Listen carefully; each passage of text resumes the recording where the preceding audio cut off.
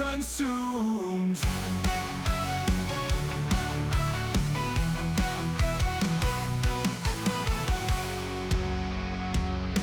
Adrenaline rush, heartbeats race, the thrill of speed taking place. Defend the lead, it's not a chase. Gran Turismo sets the pace.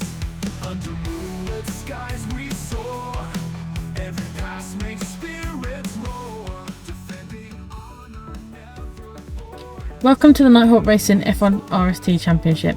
Firstly, I'm Sarah Hawkey, and you can find myself and the rest of our community here on the Nighthawk Racing YouTube channel. There are various features and playlists for you to watch and enjoy, covering non-championship events, mini-series racing, and our main series of F1 RST with seasons 1 through to 4 with full coverage and commentary available to watch. All races also feature great competitive action alongside community and team racing, leaving many smiles as well as thrills and spills. Please also check out our Instagram and TikTok in the description below, or you can use the QR code across the video that will provide you with the link tree, more content and information for you to have a scan through as well. Before we get into the racing itself, here is an outline of the racing and the championship and what to expect in Season 5. So as you can see on screen at the moment, we have a 10 event calendar featuring red and blue lobby racing, and you can see that we go to many different tracks across the season, all tracks presenting themselves with unique characteristics, so it should be a pretty fun season ahead, and I can't wait to see how all the drivers get on. We're talking about the events itself. There are 2 races per event, with a sprint race which will last approximately 20 minutes and then a feature race at 1 hour to 65 minutes respectively. The grid for the sprint race is ordered in reverse average points scored across the season. Up next is the main feature race, which is supported by a 10-minute qualifying session. Qualifying itself is highly important, as not only does it set the outright grid for the feature race, but competitors have to begin their strategic calls in qualifying, as when the driver sets their fastest lap, the compound of tyre they use for that fastest lap then becomes their mandatory tyre compound for the start of the feature race. So as you can see, strategy is important, especially during qualifying. But here in F1 RST, every session is important and also comes with its own rewards. Both racing events come with increasing points for each position gained, as well as the potential of fastest lap points to be earned for those finishing within the top 10. Qualifying itself also rewards the top 3 positions with a little extra dynamic thought and strategy throughout the event and season. So as you can tell, points make prizes. As a reminder for all, sprint races have completely open strategy calls and tyre choices with a rolling start. But the feature race, on top of the qualifying start tyre compound requirement, has a grid start, and all drivers must use 2 different choices of tyre compounds.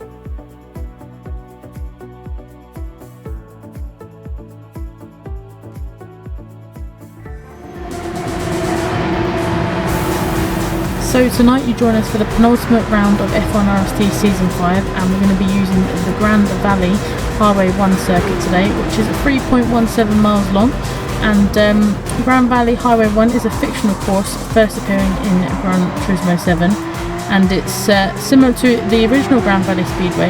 Highway 1 is a full 5.1km version of the Gran Valley circuit, taking the player along the big Sur Coast Highway and with its cliff and seaside views for 18 turns in total. It is a reimagined Gran Valley Speedway, now set along the big Sur Coast Highway in California, and with different elevation changes from the original circuit that we've seen before. Compared to the original circuit, Highway 1 is narrower, lined with barriers along the side of the track, offering less margin for errors for the drivers, so it's going to be a bit of a challenging one for the drivers tonight. The elevation changes are also different from the original. The track is situated next to the beach, which is home to a colony of northern elephant seals, and I'm sure we've all seen pictures of them. But Gran Valley is a tricky track to conquer, but I'm sure our drivers are going to have some fun tonight. Let's go and see how they get on around a pretty unique track.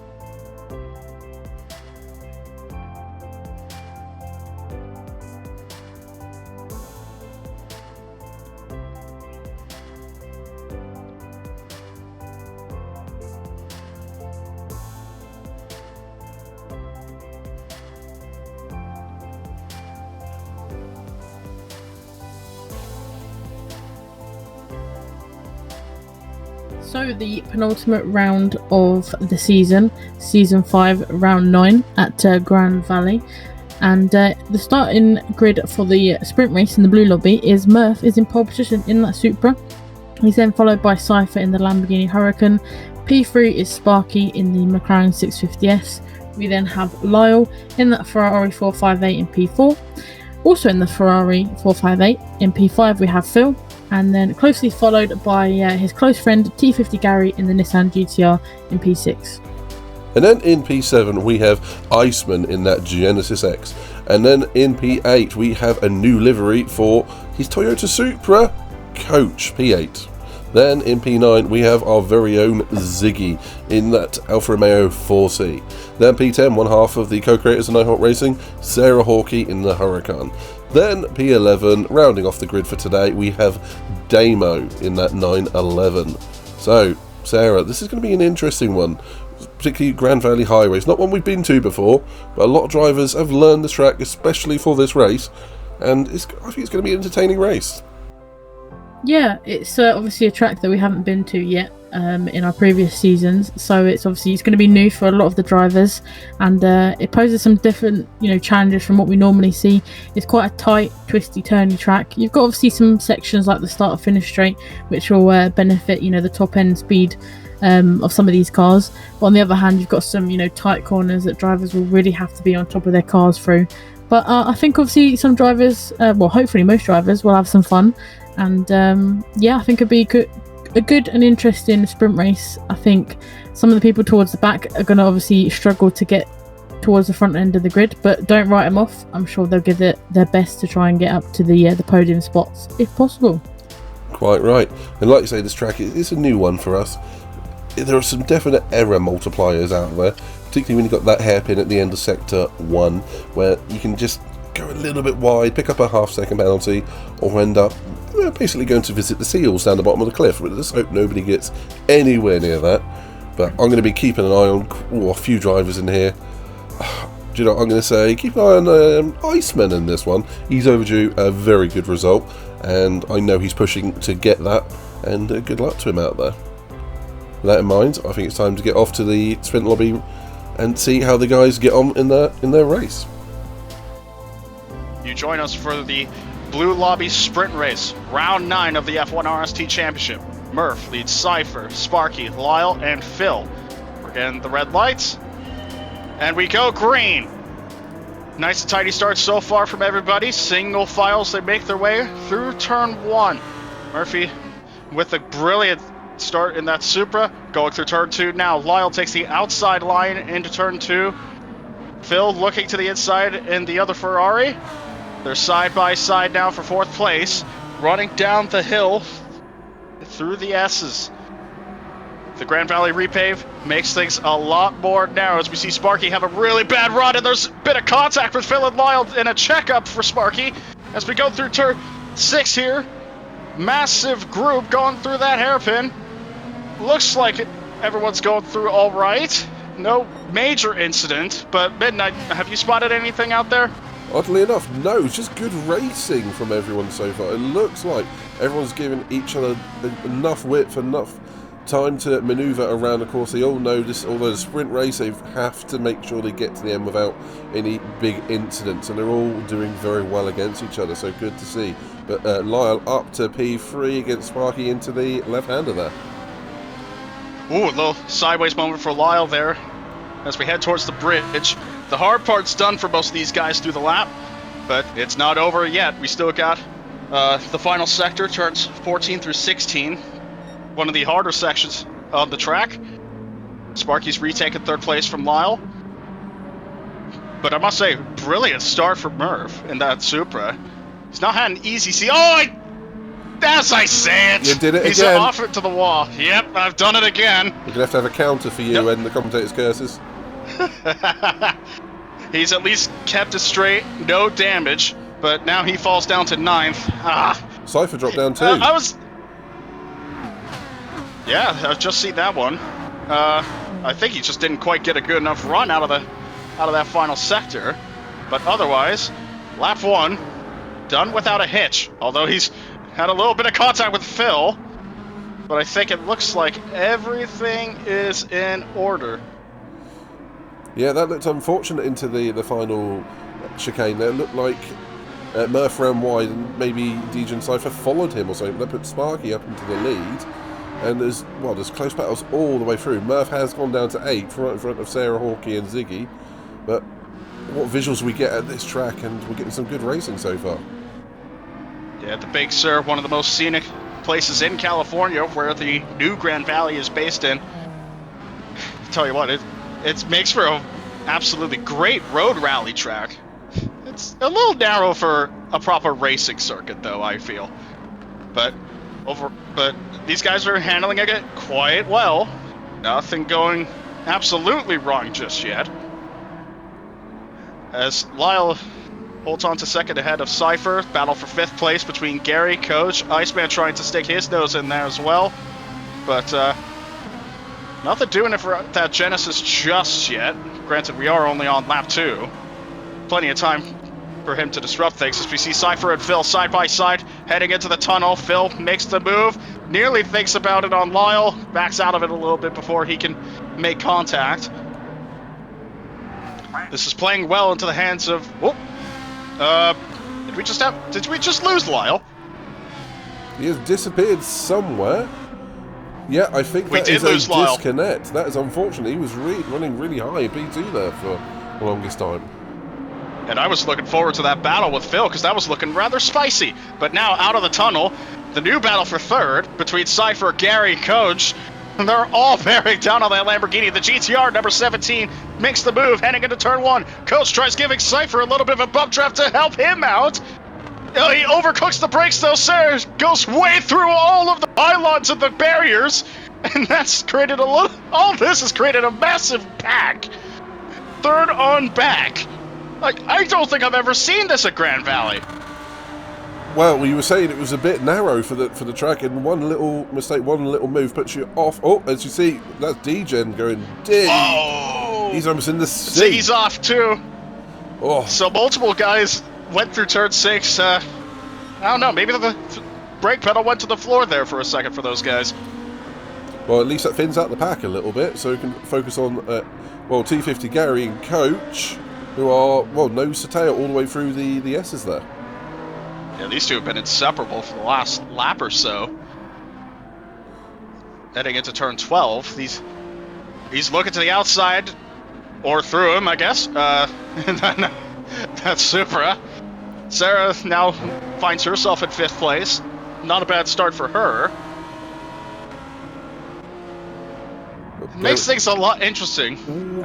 Gary thinking about going defensive, leaves the door open a bit for Coach. Yep, and Coach is on the outside. About to be the inside corner here. They're door banging a little bit.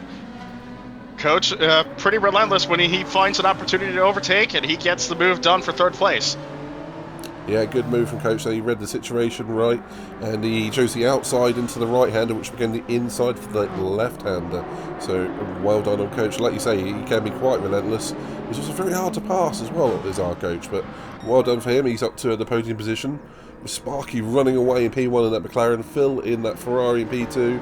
Now Coach leading this pack, which consists of Gary and now Sarah up into P4 on the inside, and that Lambert Iceman close behind.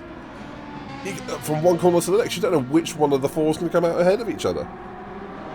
No, and Sarah had a great exit out of turn 2, but now Gary's found himself alongside her again as they go through the S's.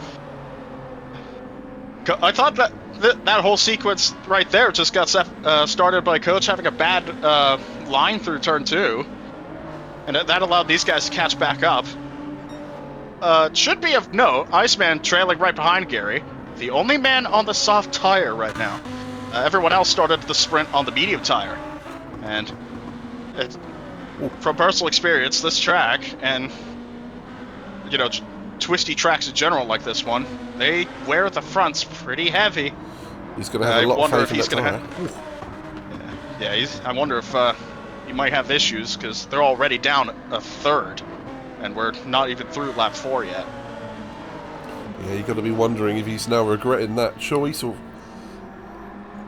Well, he's running in P6 at the moment. Can he stick with it? surely he's going to have to come in. But at the moment, he's looking at the back of Gary, thinking he wants P5. Yeah, always like that little bit of hunger in him. As we see Murph trying to make the move on the Genesis, trying to recover from his lap 1 woes. Oh, goodness! I don't know if he got a little help from Demo in that, but that was a big sideways moment for him.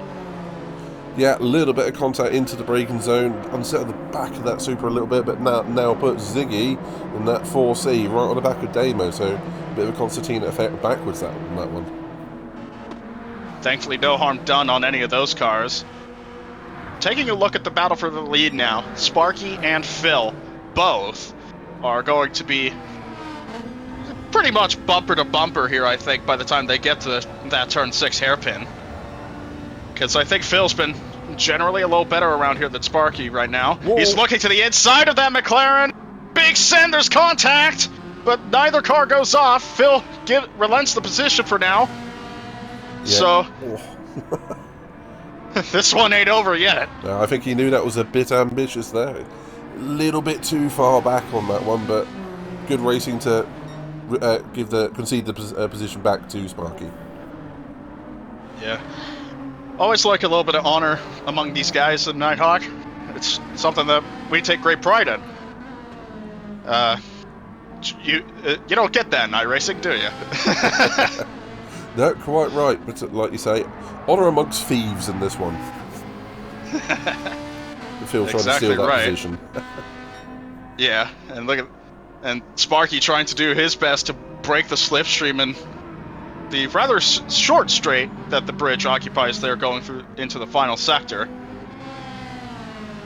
Well, that's one thing we've noticed, isn't it? Is we see some drivers pulling the same tricks, race in, race out, and Sparky's well known for trying to break that slipstream, but he's going to have to do something special to keep Phil away from him at this point. Yeah, Sparky's one tough customer when it comes to defending the position, but Phil's also one of the more aggressive guys when it comes to being on the attack. It's a battle of two immovable objects, just about. As we see him again try to break the slipstream on the front straightaway as we get to the halfway point. Oh, he's looking to the inside again, but I don't think he's got nose in just yet.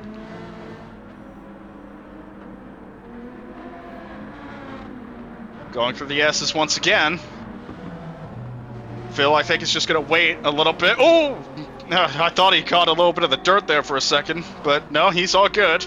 He's looking to the inside of the McLaren. He's going to the inside of that McLaren again. A little bit of a door bang.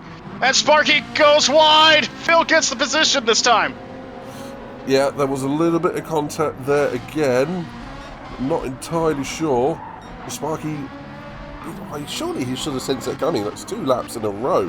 He should have known that was happening, but that may be one for the stewards to look at. This is the sheer fact that was such a long way back, but that's out of our hands on this one. But to the race at hand, we have seen Ziggy make a couple of positions up to P7, so he's making progress through the field, and now he's on the back of Gary. And just an update on Iceman, his tyres are not looking great. No, those tyres are looking very second-hand. They might look third-hand at this point. But I will say, back to Ziggy, he's going to get a little bit of breathing room here. Murph and Damo both have a half-second penalty for track limits. That's very handy. Yeah, so that Alpha has a little bit of breathing room to breathe down the neck of Gary's GTR, number 17. Tell you what, I think the tire wear on the Alfa Romeo is a little better than I was expecting. Well, it's very for much such a short wheelbase. Yeah, it's such a light little car. You can throw it into the corner and have it stick, and the tyres don't heat up as much, which is great, which is going to pay him back particularly well when come the feature. And well, he's thinking it's sprint right now, and he's thinking, I think Iceman's coming in. Yeah, he's signaling that he's coming in. So off that set of tires he goes. You called it, that he probably was going to be into the pit lane sooner rather than later. Unfortunately for him, the soft experiment did not quite work out. He didn't quite make up the ground I don't think he was expecting to. Quite right, but at least he'll have that data come for the feature race, and he actually has a shot at taking the fast lap, which is, if you're in the top 10, a good couple of points for the sprint race. And with Lyle's disconnect, everyone's in the top 10, so everyone in the race right now is eligible for that fastest lap point. quite handy if you're fighting over position.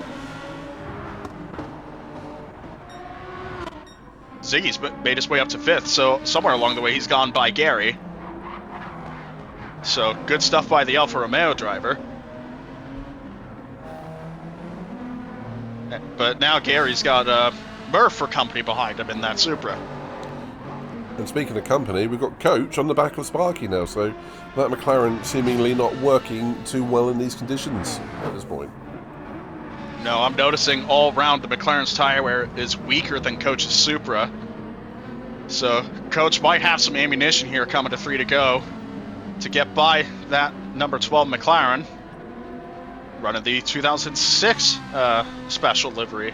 Well, I shouldn't say special because he's been using it all year. Oh! And he's got a half-second time penalty. That is not so that'll have to be served. Yeah, when you're in this kind of position, you don't want any kind of track limits penalty, and unfortunately Sparky now has his work cut out for him. Yeah, he certainly does. But Murph, who was our pole position starter, now looks like he's on the back of Gary. So it looks like Gary spent most of his time defending this one. Yeah, and Murph looking to the outside into turn 2. He's trying to make something happen there. It's not an easy place to make the outside work. Fortunately, not this time for him. He'll have to think about it. He's got a little bit of breathing room, though. Damo, right behind him, has picked up another half-second penalty. That number 11 Supra, though, it's not looking too bad, although I just see there is a brake board on the track. I'm not quite sure who knocked that one over, but, oh, now this is interesting. The battle for second. It's back to even Steven. Both cars have a half-second penalty for track limits. Oh, that's unfortunate for Coach, but like you say, it evens it out. That could just be a factor of just trying a little bit too hard, making sure that Coach is right under the rear wing of Sparky so he gets that jump on him for the penalty. And cut across that track limit just 1 millimetre too much, and there you go.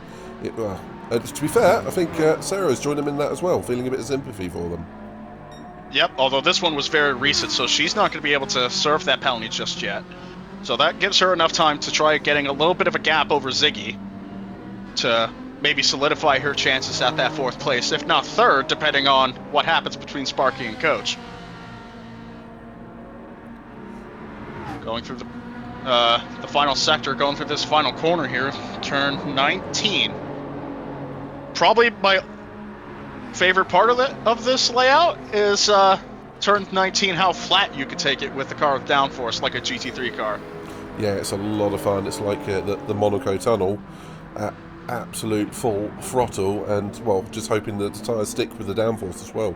So if you get it wrong, you've got nothing but barrier there. You've just got to thread that eye of the needle. Yep. It almost reminds me of Indianapolis a little bit. The way it sort of half banks and then evens itself out at exit. Coach still breathing down the back of that number 12 McLaren. He's not been as aggressive as Phil was trying to get around Sparky, but I guess in a way that's more of a preservation tactic. Well, like you spotted earlier on, the Supra tyre wear seems to be matching the McLaren.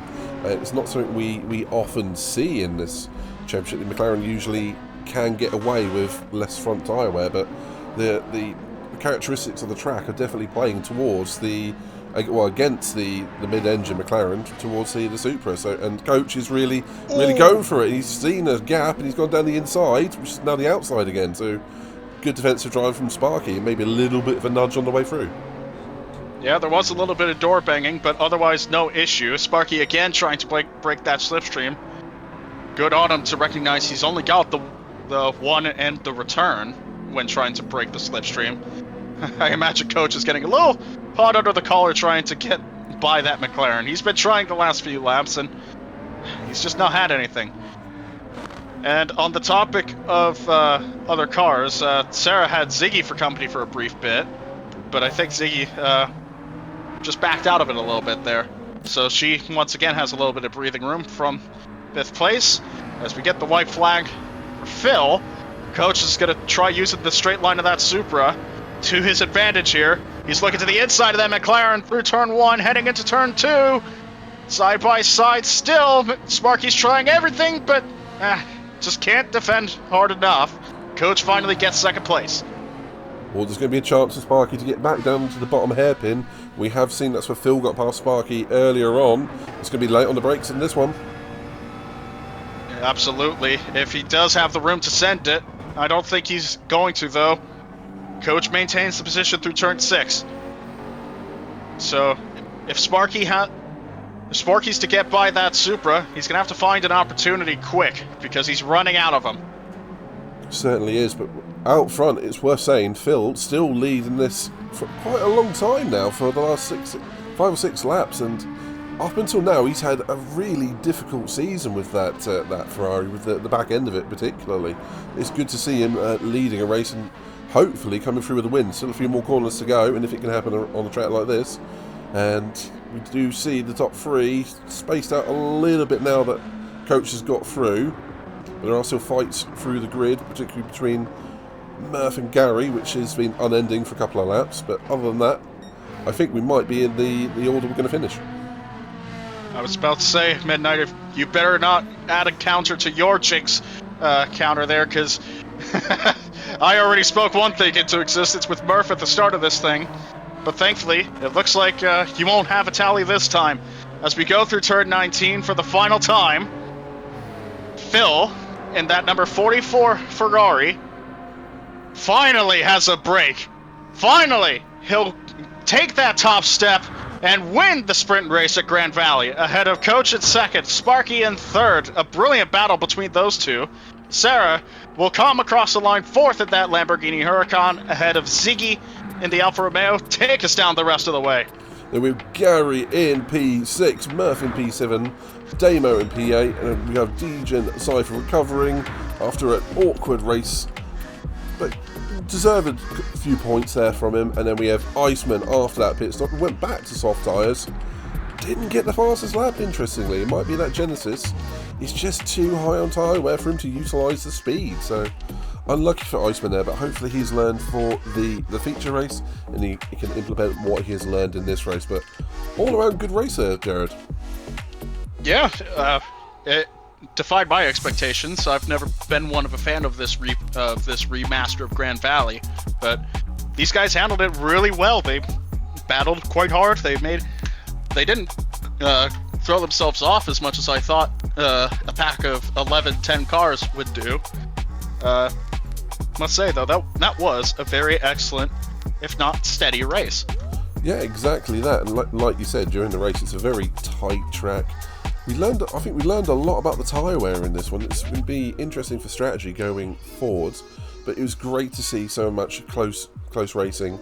But I think going into the feature race, they're going to have to be careful, particularly into that downhill hairpin into the mid-sector of the circuit, where we did see a few drivers getting a bit loose and heading off into the gravel and nearly off the side of the cliff. So they're going to have to be careful for the rest of the feature race, which is going to be significantly longer, of course.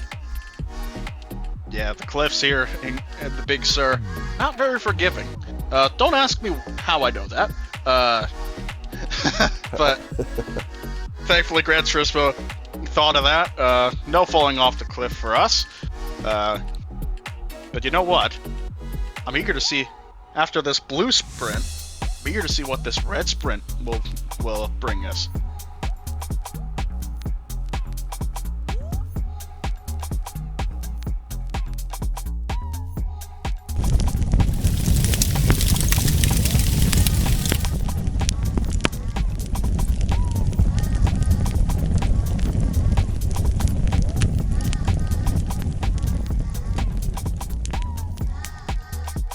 And here we are for the penultimate round of Season 5, the Red Lobby Sprint Race.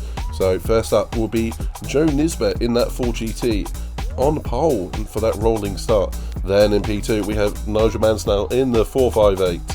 And then in P3 we have Big Crazy Bertie becoming a Red Lobby regular. And then P4 we have the ever dangerous Sophia in that AMG. P5 we have Pedro in the Huracan. And he's been looking great in testing around here, so watch out for him. And then in the GTR, Mercedes, always confusing, for P6. In P7, we then have Charlie in the BMW M6. He's followed by Midnight in P8 in the McLaren 650S. In P9, we have Red. He's back, but he's been promoted into the Red Lobby, so let's see how he gets on with the Red Lobby drivers. In P10, we then have Fodder in the Porsche 911, and then to round off the sprint race grid, we have Katie the Kai, our Season 3 champion in that Nissan GTR, and obviously he's leading the championship at the moment. Can he, seal the deal here, Midnight? I think he's got every chance to do so. So we'll have to wait and see. It's all going to come down to if Fodder can stay ahead of him and score more points than him in this round. But it's always a tall order with KD the Kai, our Season 3 champion, directly behind you. But with that in mind, I think there's a lot of drivers out there who are going to want a very big result here. It's heading towards the end of the season, and they're going to be thinking ahead to Season 6 and want to end this season with a bigger score and be proud of themselves. But with that in mind, I think keep an eye on, say, Big Crazy Bertie. He's been showing a lot of good pace. He's going to want a good result here in the Red Lobby sprint race. Anyone that you're keeping an eye on in particular?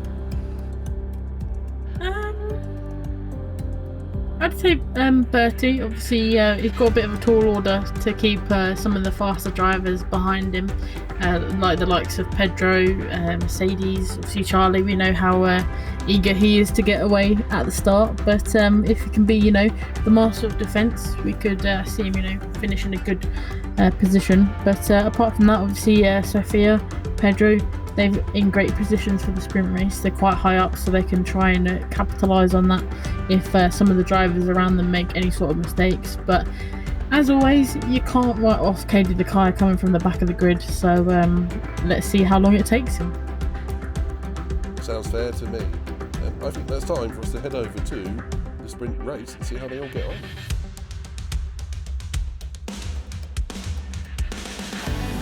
Right, so you join us here for Red Lobby Round 9 here at Gran Valley Highway 1, and we've got Joe Nisbet in the 4GT running off in P1 at the moment with Nigel just behind. They're just about to cross the line now for the first corner here, which is a difficult track. It's going to be quite twisty, turny and quite tight through here, but Bertie is his first Red Lobby visit. He's in P3 at the moment, quite high up. And everyone looks like they're pretty much single file at the moment. But Louis, have you seen anything as yet? Hello, Sarah.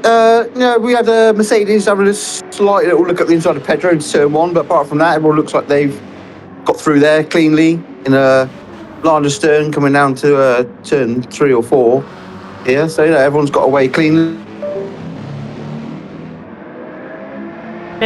First lap incidents are not wanted, but talking about newbies in the lobby, we've got Red in the Mercedes. He's a Blue Lobby graduate from last week. 2 wins, a sprint win and a feature race win in his first ever Nighthawk race, which is pretty good. Oh, Pedro's gone off track. He's currently building some sandcastles around there, hitting the foam barrier. That's drops him to P11 at the moment, but apart from that, like I was saying about Red, he's second event. He's in the Red Lobby, looking to cause some chaos and another good result, hopefully. But we have Midnight on the charge of Charlie here, trying to get past. But we're going to go into the tunnel section here. Nigel's been promoted into P1 with Joe Nisbet now in P2. Looks like there's a bit of a battle between Red and Midnight. Like I say, Red is here to show his speed, and he's already getting stuck in with Katie the Kai, who's just a little bit further behind him at the moment. But it's all going on in lap 1, Louis. Yeah, absolutely. Yeah, a couple of position changes. Or I say Pedro go off. Don't know if he got a little tap from somebody there or just outbraked himself. So yeah, a couple of position changes. So we've got Sophia going past Bertie through the tunnel as well to go to P3.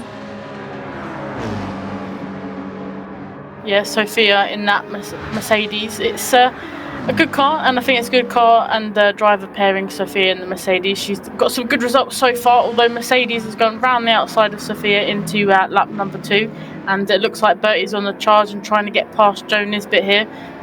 Those two obviously used to fighting each other in Blue Lobby, but it's good to see him being promoted into Red and to show their speed amongst these drivers. But Mercedes is just a little bit behind Bertie at the moment, looking for a potential move down the inside, goes to the outside, tries to get the switch back on Bertie here, but nearly sends himself into a little bit of a half spin there. But I don't know about you, but Nigel's probably pretty happy that he's got a clean getaway, and no immediate drivers just behind him at the moment. Yeah, he'll be looking to hopefully all these drivers are fighting. It'll be costing them time, and Nigel will be trying to get away as far as he can before you probably expect to see people like Mercedes and Kai and maybe Midnight sort of come through a bit and maybe start pulling that gap back in. Yeah, and talking about the fighting, I think that's allowed Pedro to not be too far off of the back of the grid at the moment. He's you can see everyone battling out in front of him, so Pedro not losing too much time with that off-track excursion earlier.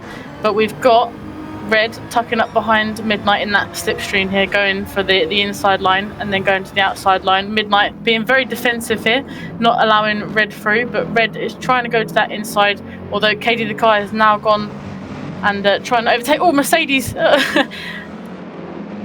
Looked like Mercedes had a little bit of an incident there which caught a few drivers out, and Joe Nisbet drops all the way down to, I think, P10 at the moment. It just goes to show you around a tight track like this, Louis, even a small mistake can affect your race. Yeah, we just saw Joe there sort of lose it going into the tunnel section, and it just caused a massive concertina of drivers just tapping into each other and little half spins and slides and stuff, and yeah, a little bit of chaos there, but they've all seemed to have sorted themselves out. Nobody's properly crashed there, so which is good to see. I want to look. Oh, Katie the Kai is scratching the barriers there, but he has got past Midnight, and that is crucial for the championship at the moment. Katie the Kai has got a pretty healthy lead in the championship, but Fodder and Midnight not too far behind. They've still got the possibility of catching up, and it's good to see obviously those three quite close on track at the moment. Fodder going for a double dive bomb on Red and Midnight, and looks like he's got the job done, Louis. Yeah, good move there. Midnight trying to come back up the inside there, though, so he might just sneak that place back, I think, which he has done. Good driving there from Midnight. So, yeah, but yeah, good opportunity there from Fodder. He just sort of saw the gap and went for it, so good clean pass.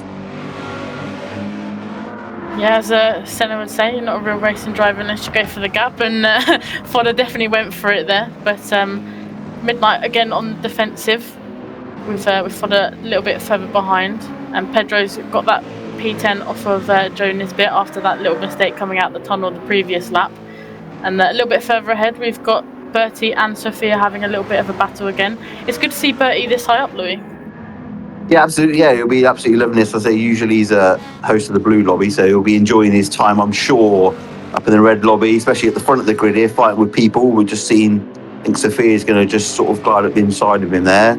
So, but he'll be enjoying himself. He'll be enjoying these battles, and I'm sure he's relishing having waiting for the feature race to come as well, so do it for even longer. We know he's very good on his tyres, so I'm sure he's very much looking forward to the feature race coming up later. Yeah, we call him the tyre whisperer here. He always looks after those tyres in a way that no one else can. So we'll see if he can do it around here again. But he manages to get past Sophia again, showing that speed in that McLaren and the consistency that Bertie's got. But just behind Sophia, we've got Mercedes. Mercedes is a little bit of a silent assassin sometimes. He's not there until he's right behind you and he's wanting to overtake, and I'm sure he's going to try and eye up and move, although Katie the Kai out of nowhere tries to overtake on the outside. Sophia picking up a half-second penalty for a little bit of a track limit excursion there. But yeah, the two GTRs fighting out. Yeah, Kai did well there to avoid contact with Mercedes there. I don't know whether he just sort of got up on the gravel a little bit and just sort of lost the back end, but he did well not to collect the back end of that other GTR, so he'll just slot back in there, and I'm sure he'll be going for the move again soon as Sophia's trying to get past Bertie before she's have to serve that penalty on the bridge. Oh yeah, Bertie going a bit wide there, which allows Mercedes to have a little look up the inside and then the outside of this corner here. But yeah, that half-second penalty is going to drop Sophia right back into the pack here. She'll have to be very careful when the ghosting comes off. It looks like they're going to go 3 wide into the tunnel, which is something we don't normally see. But it looks like she has allowed Bertie and Mercedes to get through. Obviously, she probably won't be happy that she lost a few positions there, but she remains close to the two in front of her. I did spot, I think Nigel made a little bit of a mistake on that previous lap, which lost him a little bit of time, but not too much time. It looks like Mercedes is going on the inside here of Bertie. Bertie trying his best to hold on to that P2, although the GTR sails past, and Sophia is now tucked up behind that McLaren, looking for a little bit of slipstream into turn 1. Yeah, I think we're going to see Bertie make the move again. And McLaren's really good on this straight with that fifth gear that revs right out. So he's got a good advantage there in that McLaren on that straight over the GTR and the Mercedes. But I think Mercedes is just going to sneak back up the inside there. It looks like a little bit of a battle between the Nighthawk admin of Midnight and Pedro emerging here. And Fodder has picked up a half-second penalty somewhere on that previous lap. Pedro now into P8, so he's climbing back up the order. Charlie in P6 goes a little bit wide, which allows Fodder to go through. Oh no, Bertie's picked up a half-second penalty as well, which drops him down to P5 at the moment. And Mercedes has managed to get himself into P2. Yes, the two GTRs now 2 and 3, so they'll now be sure both trying to hunt Nigel down in P1. So we'll see how quickly they can close that gap up, or whether they're going to work together to close that gap and then try and sort of battle it out at the end, maybe between the three of them. Well, a little bit of a tap from KD the Kai on the rear arch of Mercedes, unsettling that GTR a little bit, but not too much. He still holds that P2 position, although KD the Kai, will he go for a move here, or will he tuck up behind Mercedes until that straight? He looks like he's trying to force Mercedes into a potential mistake here.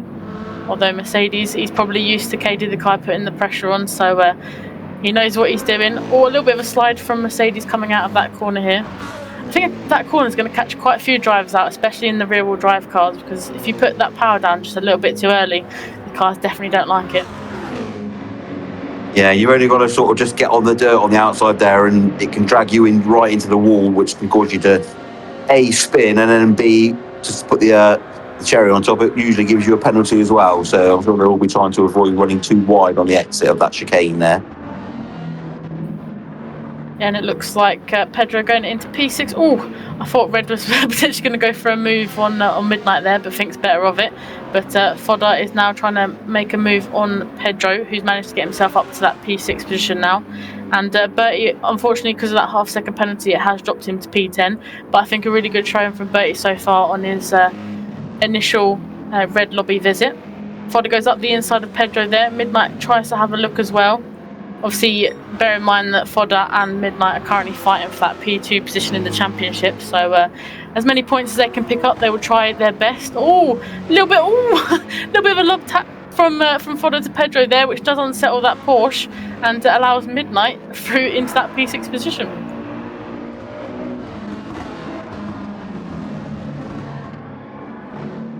Just having a little look around. P6 all the way down to P10 is still pretty close on track at the moment. That little fight there, and a little bit further in front, we've got Mercedes, who has dropped to that P4 position now, so he must have made a mistake that we didn't quite catch. And we know he does it quite well, but KD the Kai has already caught Nigel in this little chicane here. I don't think it'll be very long until KD the Kai goes for the lead here, Louis. I think probably he might be a little bit too far behind, I think, on the end of this lap. So, but I think the writing's on the wall here for Nigel, as we say, and I think Kai at some point in this next lap will probably make his way past. But I think the previous lap, Sophia sort of had a move on Mercedes into the hairpin at the bottom of the hill there, which is what I think dropped them both back a little bit from Kai. So Kai's going for it. He is. He's going to sneak up the inside there. Great move that is. Nice and late on the brakes. Beautifully through. And I think he may now be off on his way now. I think, as we usually see with Kai, he'll be getting his foot down now. And I think without any mistakes, he's going to be very difficult to catch here. Oh, also going for a move on Nigel with Sophia there, although she does pick up a half-second penalty and dips a few wheels into the sand there, which might lose that position to Mercedes again come that penalty burn-in zone. But like you said about KD the Kai, now he's in front. He's going to put his foot all the way to the floor on that accelerator. He's not going to even let Nigel probably have the chance to get that P1 position back again. But Nigel, again, obviously, we're 7 laps in. He's doing an amazing job.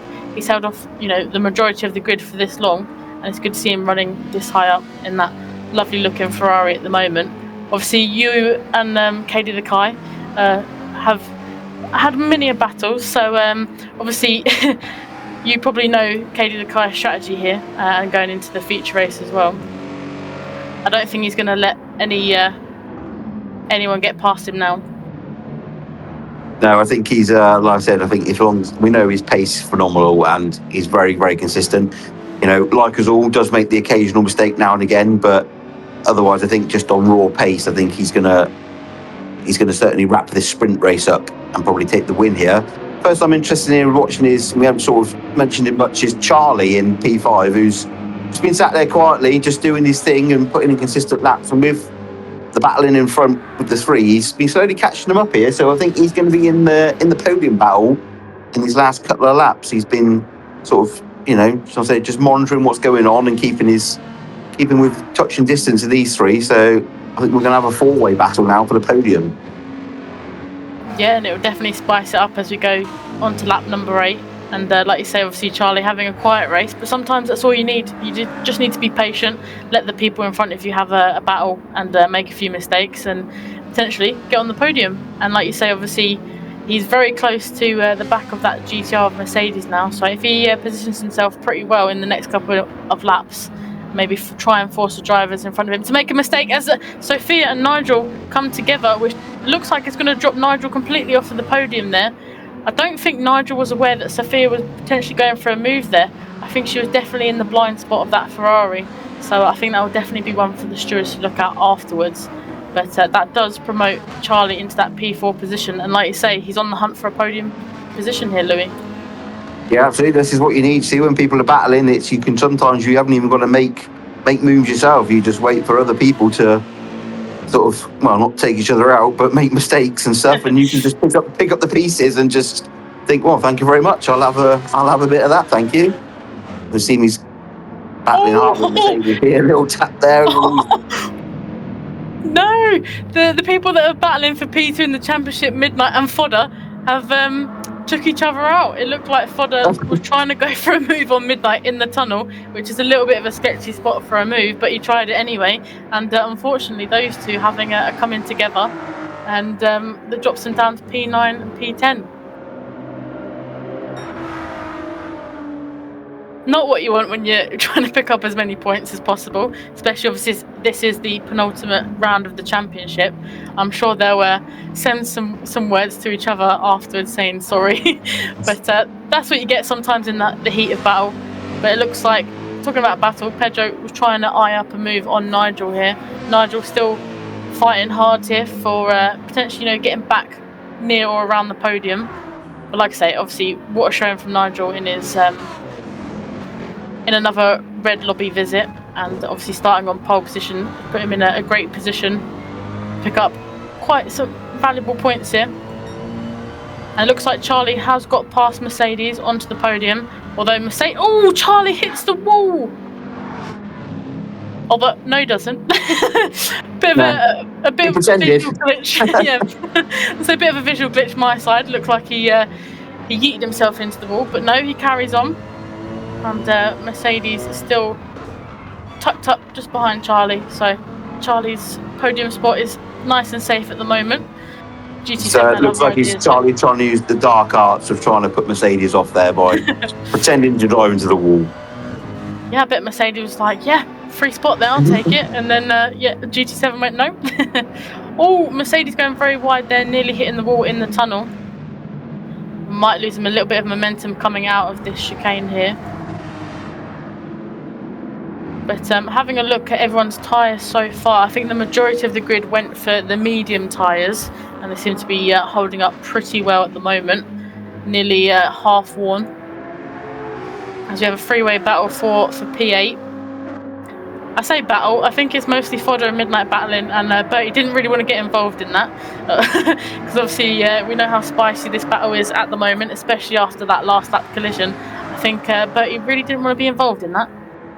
Yeah, I think he just thought, well, we'll let these two bang doors again with each other, and I'll probably just pick up two spots at the end and just I'll just sit here and wait for it to the inevitable to happen again, I'm sure. Yeah, clever thinking from Bertie there. I'd probably do the same. But Fodder is just a sneak past Midnight here, but I don't think this is the end just yet for these two on the final outcome. But if you have a little bit of a look further up, we've got a three-way battle for P5 against Nigel, Red and Pedro. Haven't spoken about Red in a while, obviously starting towards the back of the grid because of the high average points that he got from winning the sprint and feature race in the Blue Lobby last week.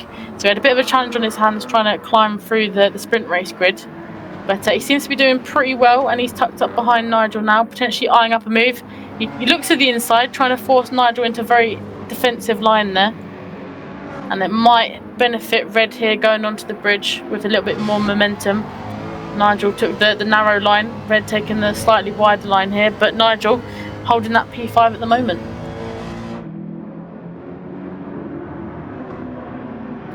And having a look on board with Cady the Kai, he's about to go under the tunnel for the final time.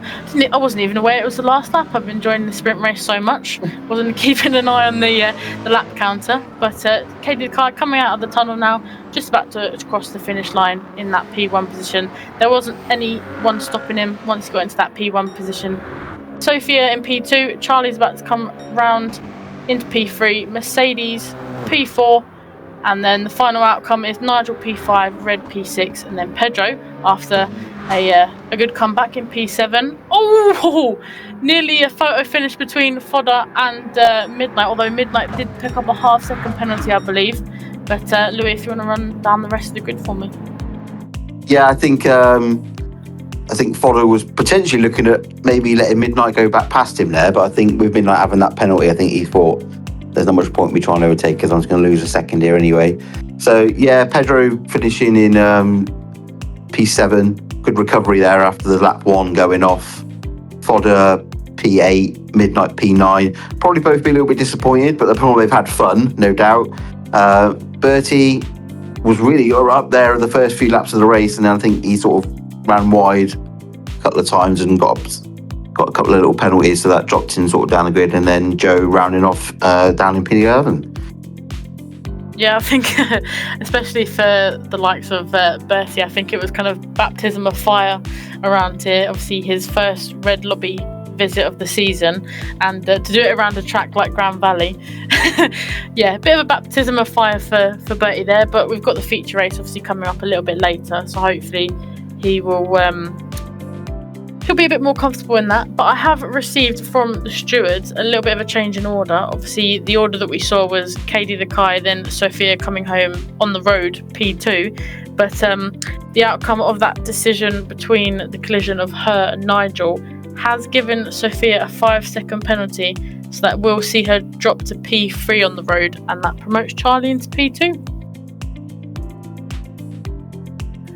But obviously the stewards having a look on that incident, I think Sophia was in the blind spot of Nigel, and I'm sure obviously Nigel still finished in P5, he'll be happy about that, but I don't think he'll be very happy about the collision. But hopefully no more collisions in the feature race. But what did you think of the sprint race, Louis? Yeah, as always, as in the Red Lobby, it was always very competitive. The first few laps, people sort of jostling for position, trying to sort of find out where they're going to be, and you've obviously got the slightly quicker drivers starting from the back, trying to work their way through, as we saw Kai manage to do it expertly and take P1. So always good racing. You know, everyone tries to keep it as clean as they can. You're always going to get little incidents, especially around tracks like this, because it is quite difficult to overtake. So it's, you know, people sort of do try little lunges and sort of, you know, not desperate moves, but they're just sort of trying to work their way past and gain positions. But it was a good race, as always. So looking forward to the feature race. Yeah, me too. We'll have a look at the Blue Lobby first, and then we'll come back and have a look at the feature race and see how all of the drivers got on.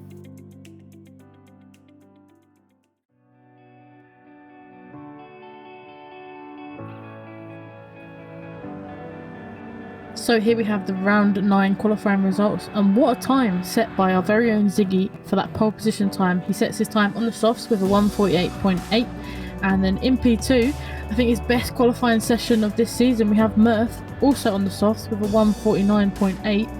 In P3 we have Coach on the mediums, so our first medium runner on the one with setting a time of a 1:49.9. We then have T50 Phil in P4 on the mediums with a 1:50 flat. He's then very closely followed by Dejan Cypher in P5, setting his time on the softs with a 150.5. And then another soft runner here of a Damo in P6 sets the time with 150.6. And then in P7 we have Iceman in that Genesis X on the medium tyres with 1 minute 51 flat. And then in P8 following him up we have Sparky on medium tyres for 1 minute 51.2. Then our very own Sarah Hawkey, one half of the Nighthawk Racing creators, in P9 1 minute 51.3 on medium tyres also. Then Lyle on medium tyres 1 minute 52.4. And rounding up the back of the grid on this one, T50 Gary 1 at 52.6.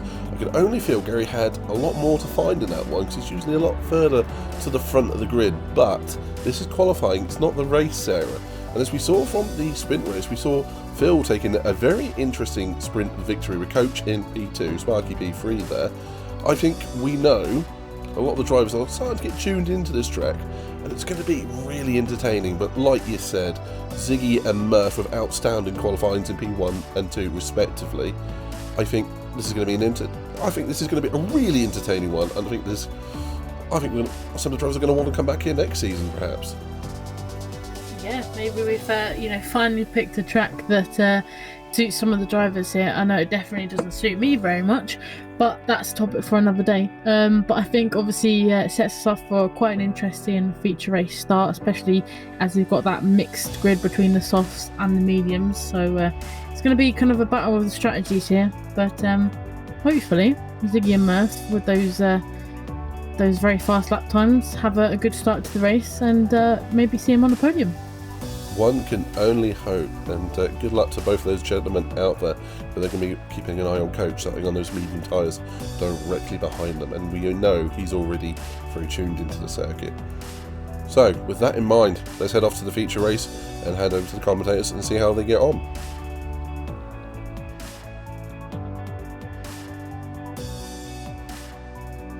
So, we are here for the feature race in the blue lobby at Grand Valley. Race 9, Ziggy on pole. We are green. Good getaway for everyone. Pretty clean for the most part. Damon with a pretty sluggish start though. He falls back behind as they are starting to get 3 wide immediately in the mid-pack. A little bit of door rubbing there in the midfield. But otherwise looks like everything is all clean as we run through turn 2. Sparky, Sarah, and Lyle 3 wide for a brief bit. Sparky comes out better for that one. As we see the transponders finally figured themselves out here as we run down the hill through the S's. Lyle and Sarah still side by side. There might be a little bit of contact. There's still a little bit of contact. Major collision, and there's more drama. Ziggy's off into the wall. From the lead, Ziggy now falls down to 11th with left front damage. Sarah's also got left front damage sitting in... No, it's right front damage on that car sitting in 8th. Oh, man. And there goes Sparky off into the wall. Thankfully, no damage for the McLaren. But, oh, man. You know how we said the sprint was... nice and clean midnight? I wish I hadn't said that. It just looks like they're all getting too hard on the tyres. Lap 1, these tyres are cold. They don't have the grip yet, and you can see all drivers under each other's rear wings just not having that front end grip, and it's really bitten a few of them, particularly with Ziggy, Sarah, and Sparky having an excursion onto the Astro and all that, and ouch, that is not how a lot of drivers wanted their lap 1 to go. But Murph up to P2, he's going to be happy with that. Yeah, after a pretty rough sprint there, I'd say that's the kind of thing the doctor ordered for that number 11 Supra. He's right on the back of Phil still as we go through the final bits on lap 1 here. Oh, Damo in the spin in the final sector as well. He's, he was facing backwards for a little while there. Yeah, I think he had contact with Sarah there. I think there was a little bit of a concertina, and that led to him being tipped into a spin. Lap 1 is complete of 34, and I feel like we've already had half a race's worth of action here as Murph dives it down the inside of Phil. He didn't quite have enough to make it stick. He went too far out, but what a brave move by Murph there. Yeah, it really was. He's trying to utilise those soft tyres against Phil's mediums, which are still getting up to temperature, so keep an eye out for Murph. He's going to try that again. He's not trying this time. He's going to try taking advantage of Phil, taking it a little deep into turn 6. Unfortunately, just not quite enough room to use that momentum. Oh, good little move back there. We just saw Sparky making a move on Sarah, and Sarah getting the switch back on the McLaren. So good little inter race between those two. But out front, it's a race with these soft tyres at the moment, with that grip just being there with them on lap 1. And we're seeing a similar story in the battle for third between Cypher and Coach. Cypher running in third on the soft tire. He's now managed to break away from Coach, who's using the medium tire. It's weird. The Supra is the attacking car in both of those battles. Well, maybe it just suits the driving styles. Maybe. Although I will say, Murph, it's got to be important for him not to get too impatient behind that 44. He knows he's got the quicker car right now, but you still have to find the opportunity to pass around here. Given the narrow nature of the track, though, it's not going to be easy, as I think they're... Oh! Someone's got around! It's Gary in the back! There was a bit of a squabbling between him, Sparky, and Ziggy, and it's resulted in the GTR piling its nose into the dirt. That's unfortunate, but up at P3, got Coach using the attackiness of that Supra up to P3, despite being on the medium tyre. And Murph, yeah, going for P1. Yep, he's made the move stick this time. Didn't have too much momentum where it jeopardized him. Now he's got the lead, but now the mediums on Phil's car are starting to hook up. So this one ain't over just yet. And traditionally speaking, we've seen Murph in the last race at Road Lads. He really suffered with tyre wear in that Supra. That car isn't particularly kind on soft tyres, but hey, it's entertaining for the meantime. Yeah, it's been a common theme with Murph, sadly, for throughout the year. That car not having the front tyre wear compared to the number 5 of Coach, the other Supra in the field. Good to see. Not sure. In P5, by the way, Lyle hasn't had any disconnects this time and is racing hard in between Iceman and DJ. Yeah, that Lyle has been doing pretty well in that Ferrari so far in this feature. Just sitting nice and quiet ahead of Iceman, who's learned from the sprint and is using just the medium tire right now.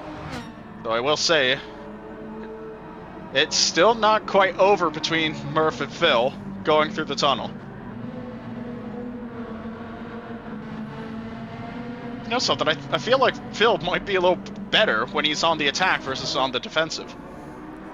He's definitely known for his attacking driving style, and that is something that always seems to work nicely for him. But maybe he's just realising that the drivers around him are on those soft tyres. All he's got to do is just wait, and then the attacking style will pay him back as soon as he comes straight up to the back of their Murph. Yeah, he's not quite close enough this time to mount a counter-attack just yet. So, those softs still working on Murph's car.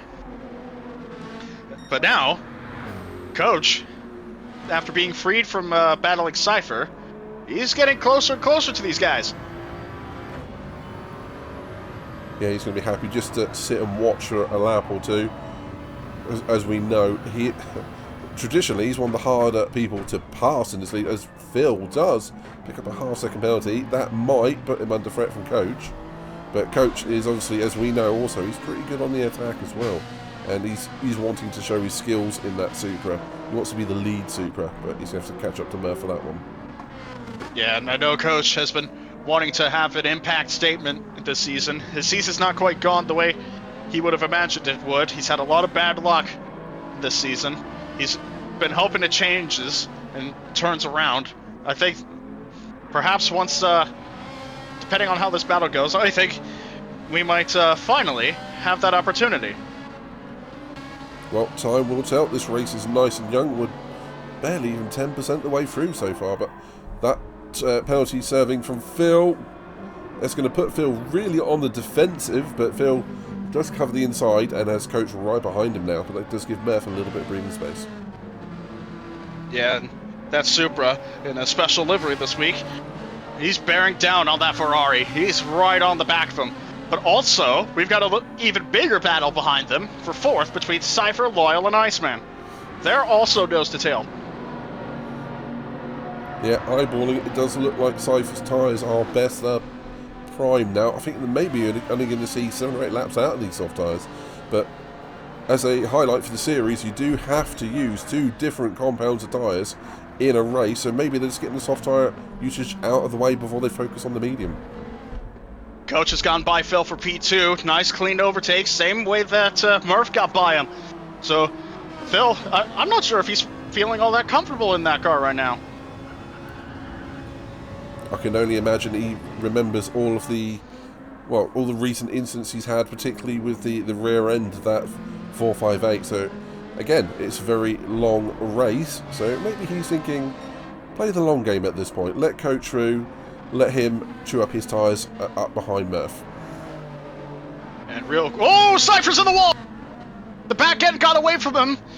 I think he had a little bit of off-throttle oversteer, and it's resulted in his car hitting the wall. And he's got damage on that left front, so Lyle's up to 4th, and he's got Iceman for company now for 5th.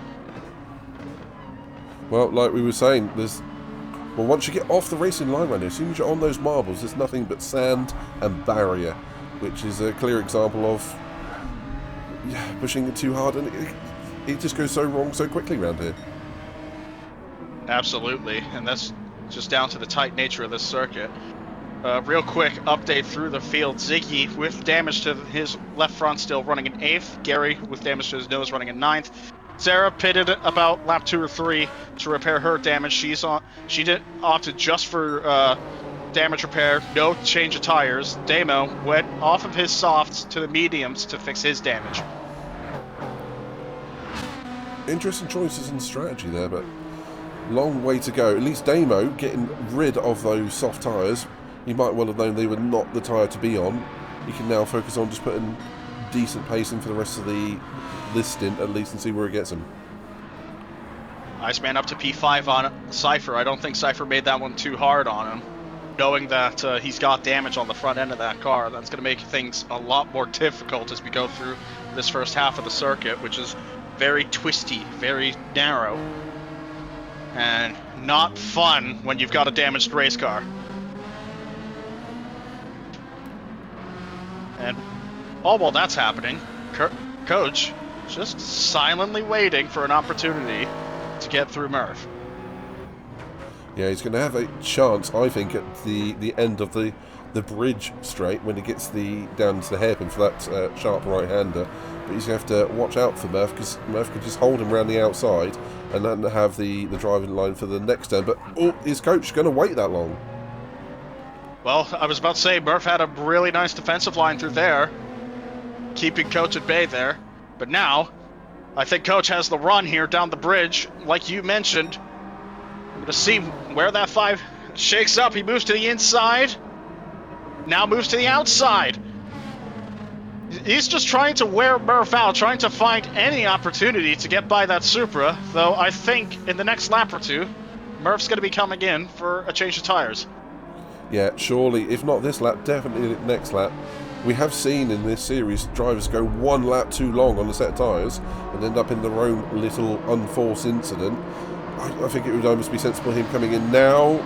He is going to wait one more lap, but that is going to be maybe pressing his luck, but it's going to be perhaps a move down to turn 1. Coach tries the outside through turn 1. He has to hope he clears Murph. Murph tries getting into him, and there goes Coach off for the runoff. Oh, that's unfortunate. Boy. That's unfortunate, but Murph has waited. Coach is rejoining in P3. No damage, fortunately. That's really quite lucky, as we do see G and Cypher pit. That's unlucky for Coach and Murph there. Oh, yeah, that...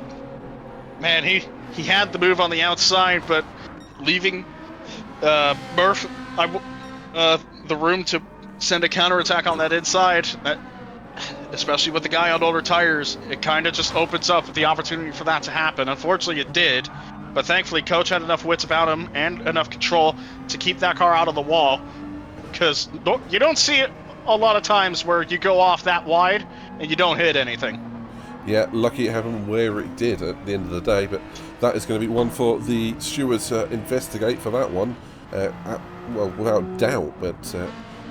to me, there's no doubt in my mind Murph didn't do that on purpose. That's just a miscalculation of his braking zone. So, unfortunate, and good sporting behaviour from Murph to wait for Coach to get back by.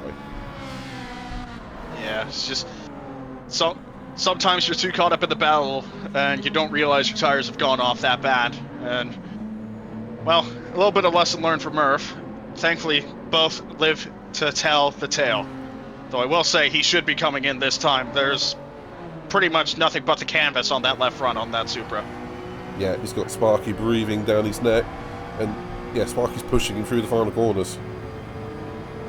Yeah, as you said, we've seen a lot of guys stay out one lap too many. Unfortunately, I think we've seen Murph do the same thing. But he comes in at the end of lap 7 from P6. Well, it's all around, I think, a good showing from Murph. I mean, he's been running top 1, top 2 for quite a lot of this race and high in the sprint race as well, so he's clearly hooked up around here. Just unfortunate the way it's gone on that lap. Yeah. Oh, Ziggy in too. Yep, Ziggy comes in, changes off of his tires. He was on the softs, Ooh. and he repaired the front end. Short stint So again see. for Ziggy. Yeah, I think he might be going another stint on softs here. He's out to have He fun is. tonight. Oh, that's interesting. He's here for a good time, not a long time. I think that's the motto of the 873 in these first 2 stints. Oh, interesting. Coach is somewhere got past Lyle, back up to P2. Yep, got the move done in turn 2. Lyle had a wide entry through 2, and that let Coach have the opportunity to dive it down his inside. So the Supra now has to hunt down the 44 Ferrari once again.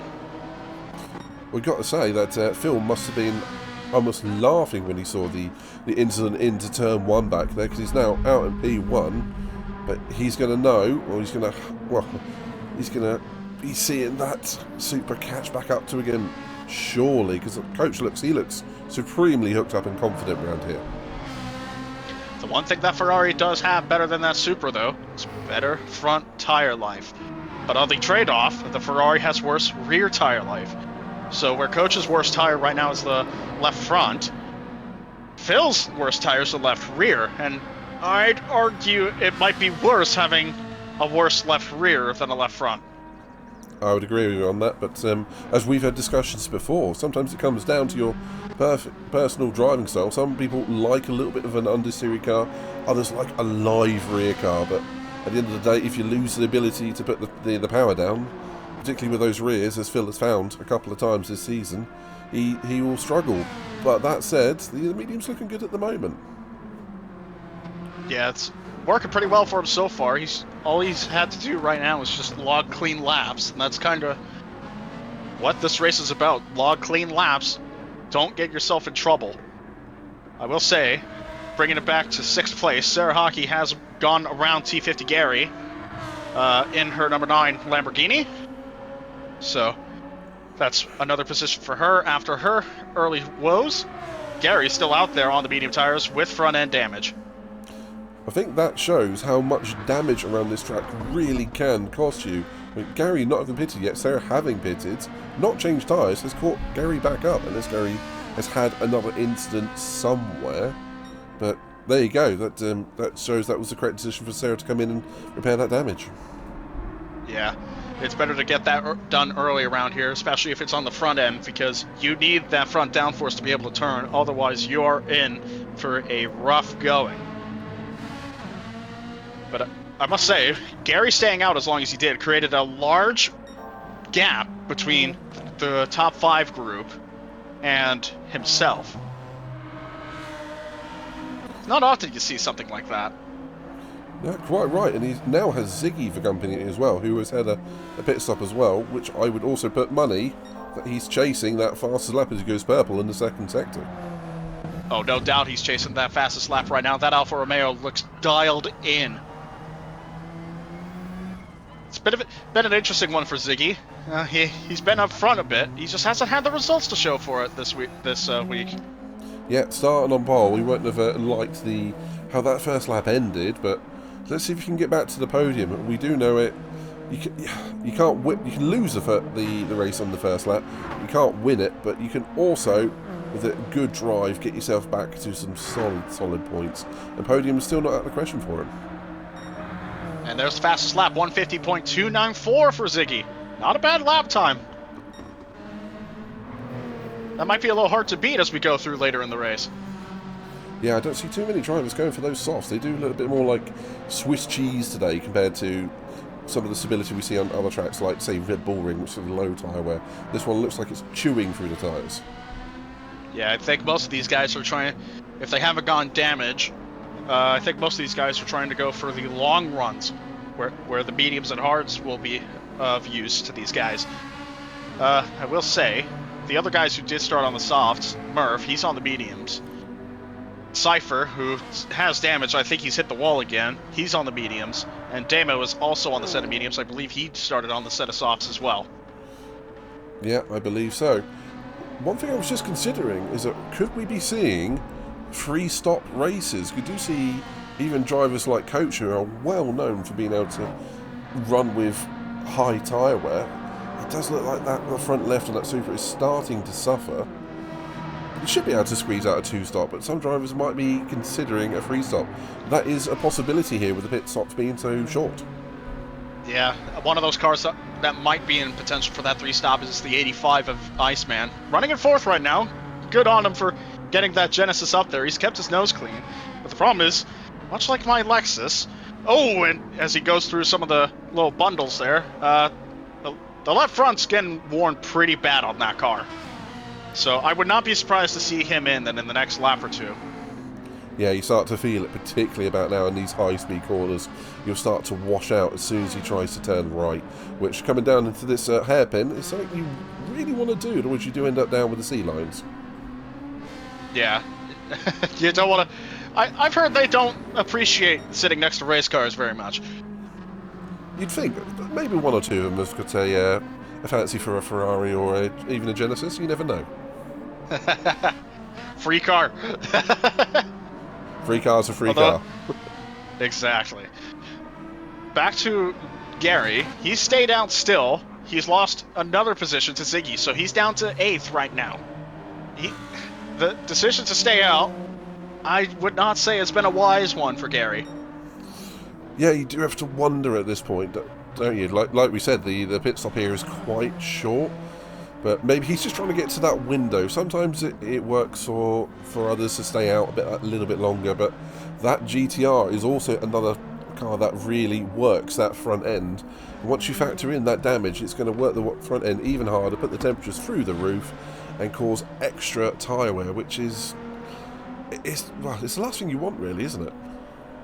Yeah, you don't want more tire wear piled on top of your tire wear. Some tracks like Dragon Trail or Trial Mountain last season, you could get away with that. This time, though, with a track this twisty, I don't think you can get away with that with confidence. As we see Ziggy on the soft tires, hounding Sarah for that 6th position. Yeah, he's definitely looking hooked up in that 4 seed. He's enjoying a new Fanatec wheel, and you can see how rejuvenated he feels in his racing. So it's good to see him having a good race there with Sarah, who is still doing a very solid race in P7. We see Gary come in just behind, but the Nighthawk Racing admin having a good little race with each other there. Yeah, it wasn't a long battle, but it was a nice battle there. And I wonder if these two are going to find themselves in the pits at the same time due to their tire wear rates.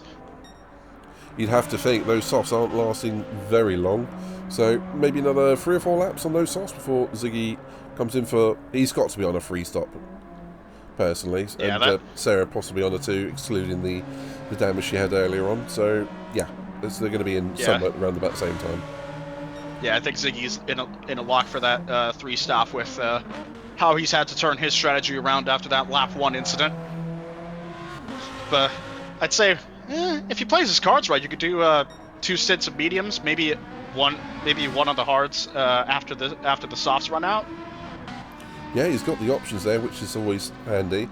Coach in P2 has just picked up a half-second penalty, which I think is for track limits on that very tricky final chicane, which we're going to see a lot more of between a lot of our drivers. And yeah, by the way, Ziggy has set another fast lap on that previous lap, so he is extremely hooked up, and it's a kind of a case of what could have been. It could have been right up here with Coach, if it wasn't for that one breaking misjudgment. Yeah, and it's such an unfortunate thing. Something it's easy to beat yourself up over, but the important thing now is just keep your head down, run the race as you can right now. Just make no further mistakes. Don't let what happened on lap 1 bother you. Just go as fast as you can right now and pick up the pieces of whatever else you can. As we see, Iceman has come in from his tires. He made a lap or two more than I thought he would. So, be interesting to see what tire he's going to come out on. He's fueling up that Genesis. Yeah, it's going to be interesting for Iceman. Yeah, I don't think he's really got into a zone where he can be in a solid 2-stopper if he's thinking about using a soft later on. So he's either going to have to go for the hards or 2 sets of softs towards the end, but we'll see what... There you go, he has gone for the hards. Interesting. So that locks him into a 2-stop. Assuming nothing goes wrong. You can never assume anything in Nighthawk. But he's in clean air right now. He shouldn't have too much of an issue getting himself some decent laps just plugging away at it. Damo has come in as well, by the way, so he's serving his second stop, the first one for probably scheduled, and Gary did come out on the soft tyre. So I do think we have a lot of drivers who are considering 3 stops or very least a asymmetric 2-stop. Yeah, it's a little bit of an odd strategy, but I think Gary's just trying to get himself back ahead of the 8 ball after staying out too long with the front end damage he had. So I think this soft synth's just damage limitation for that 17 car. I just spied Coach in the final corner, almost running up high and into the barrier. That was an interesting one for him. That front left is starting to give up that grip, and as he comes out the pits in front of Damo, who is just rejoined from his pit stop. Sparky in as well.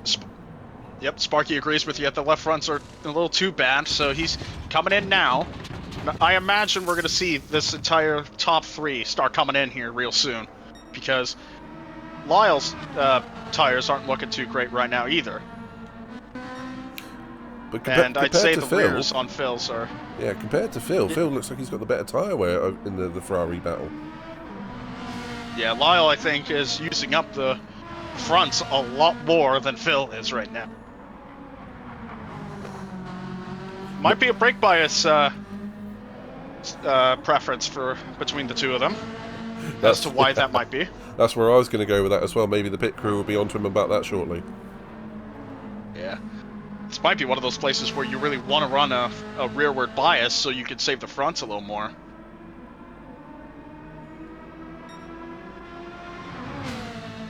It's been something I've personally used all season. It's not much of a secret, to be honest with you. It helps save the fronts and makes your car have a little more bite on corner entry. And that is something I personally prefer in my race cars. Though I will say, agree with that. I will say though, I'm expecting second place car Coach to come in this time. We'll see if he does. Survey says he's going one more. Coach always does that though. Every time you think he'll come in, he does not. But the car right behind him, the number 3 of Lyle, will come in. I remember back to season 2, when it was around Interlagos, we were watching Coach wondering when he was going to come in. He was basically running on flat tyres for multiple laps, and he came away with a double win that event, so maybe he's trying to repeat something like that. Of course, that was a different time in season 2 of Nighthawk. You used to be able to get away with running on flat tires for a while, but a couple of years ago they changed the tire model where you can't do that anymore. So and that's where you start really feeling the tire fall off by the time they get to about halfway or 2/3 worn.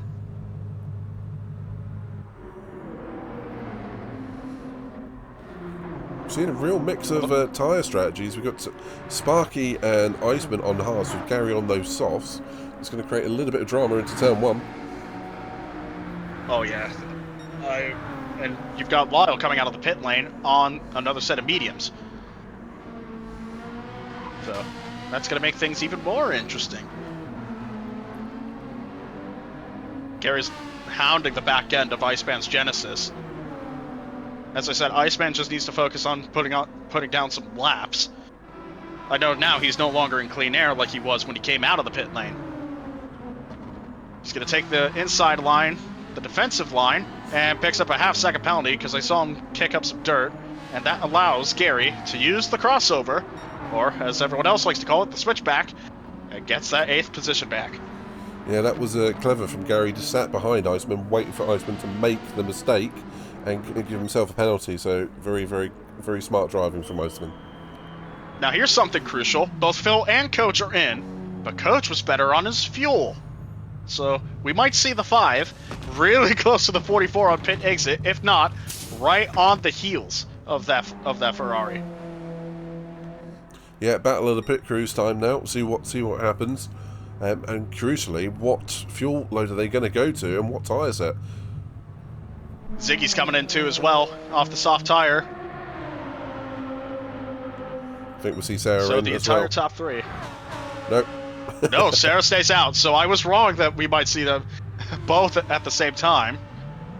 Phil short fuels. Coach fills up the tank. Interestingly, Murph is coming down the straight as these guys are coming out to turn 1. This is going to get close. Oh man, this is really sketchy, but Murph... Oh no! Don't hit anything, buddy! Oh, and Phil's waiting for him, and I think that's just ruined Phil's chances at a win. Yeah, I think you're right, but that's almost a carbon copy of what happened between Murph and Coach.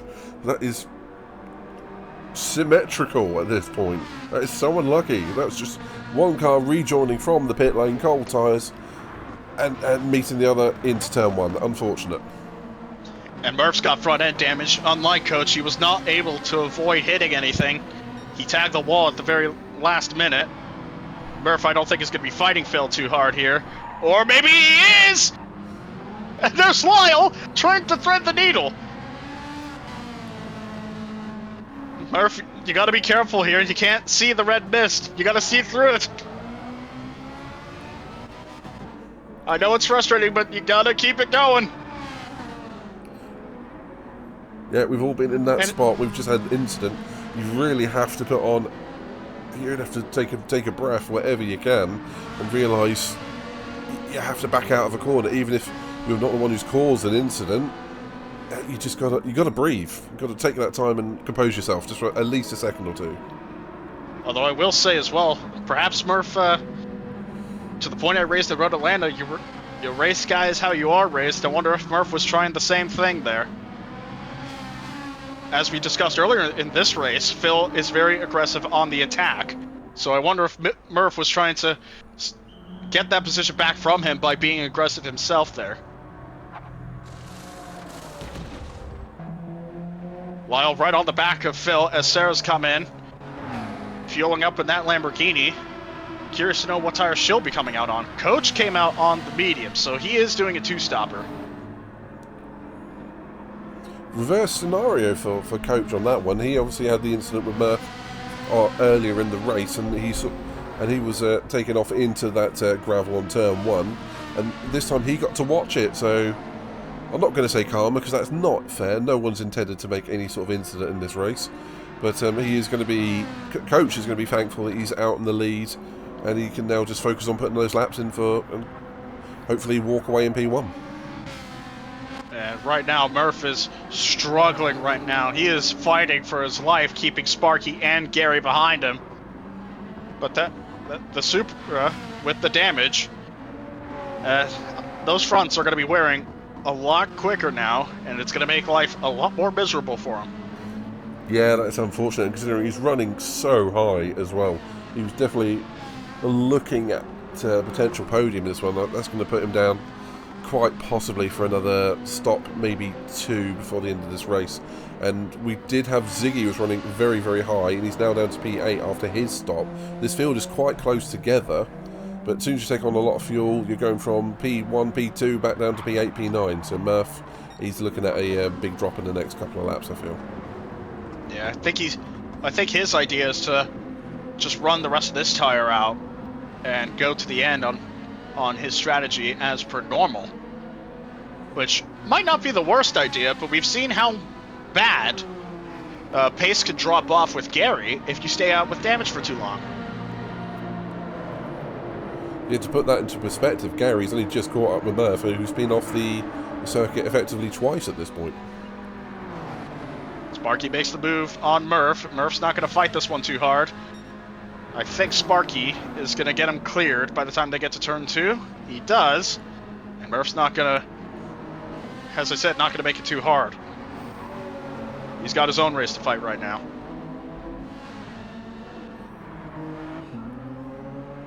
So, good to see Murph using his head a little, using a clear head. Oh, he's gone off onto the dirt, though. That's not going to make things any better. He's already got 1 track limits penalty. Oh, and he can't turn it. He's made contact with Gary. Yeah, he's really struggling to get that nose into the right-hand corners at this point. Hang on. Lyle's had an instant. I think Lyle's had a moment in the hairpin, and now he's losing 3rd place to Sparky. Oh, and a little bit of contact through the right-hander. Nothing too untoward, but yeah, you go. There's Sparky seizing on the opportunity, taking P3. That's well, that's very opportunistic from Sparky. Two positions in about, what, 5 corners on that one?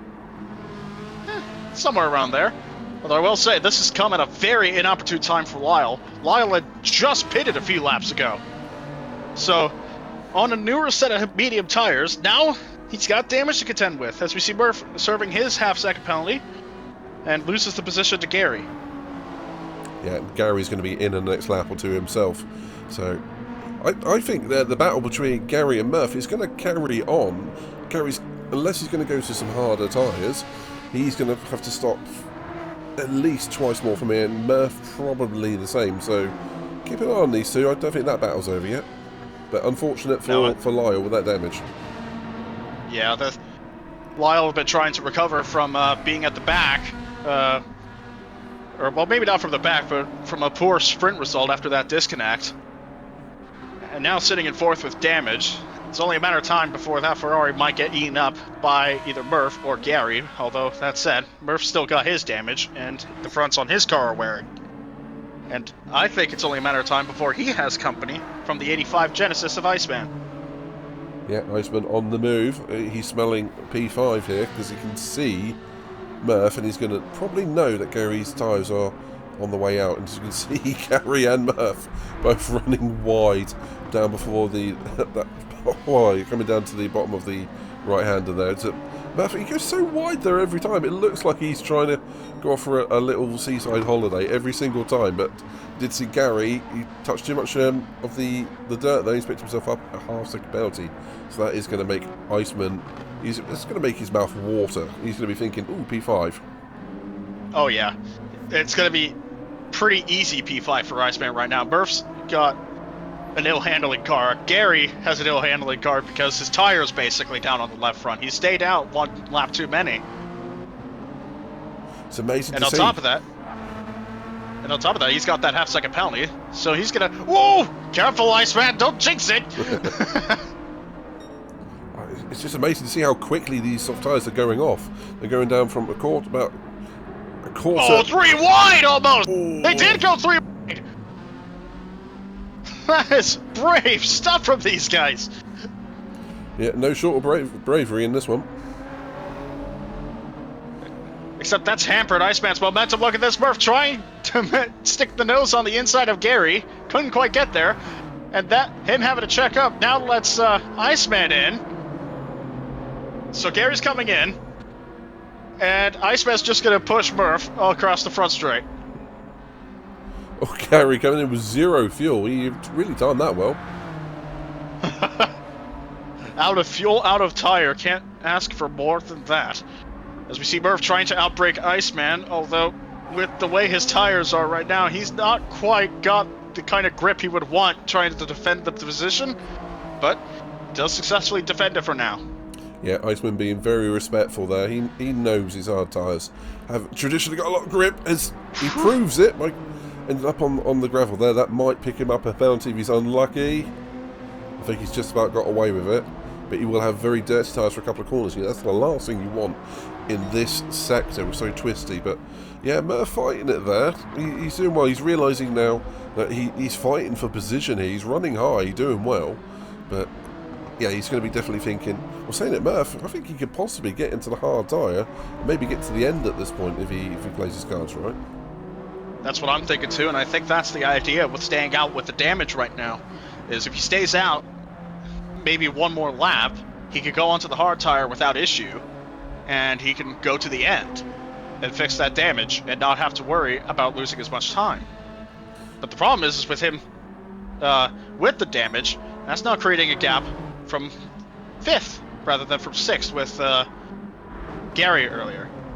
Oh, but I think he might have to pit this time, knowing how bad that car is handling right now.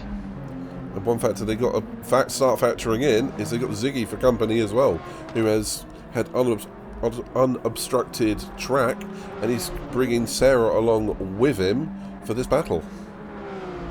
Now, I find interesting Sarah went back out on the softs, which I would not have expected that, and I think Murph is coming in. He is. So, 14 laps for him. Probably the easy call would be go on the hard tire, fill up for 14 laps, and go to the end, right? Logically, but, well, we'll see what actually happens.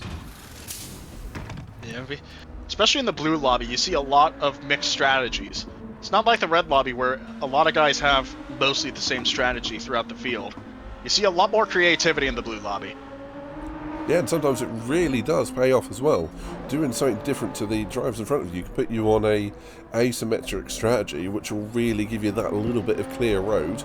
You gotta beware a little bit, because sometimes it doesn't go your way. But yeah, Murph taking a full tank, he's clearly going to the end there. Yeah, probably the smart idea for Murph there. Although he does fall down to 10th, possibly 11th. Yep, he falls down to 11th. Damo out on the hard tire. Oh. Gets ahead of him. Something up? He went to the medium tyre. That is going to be tricky. Oh.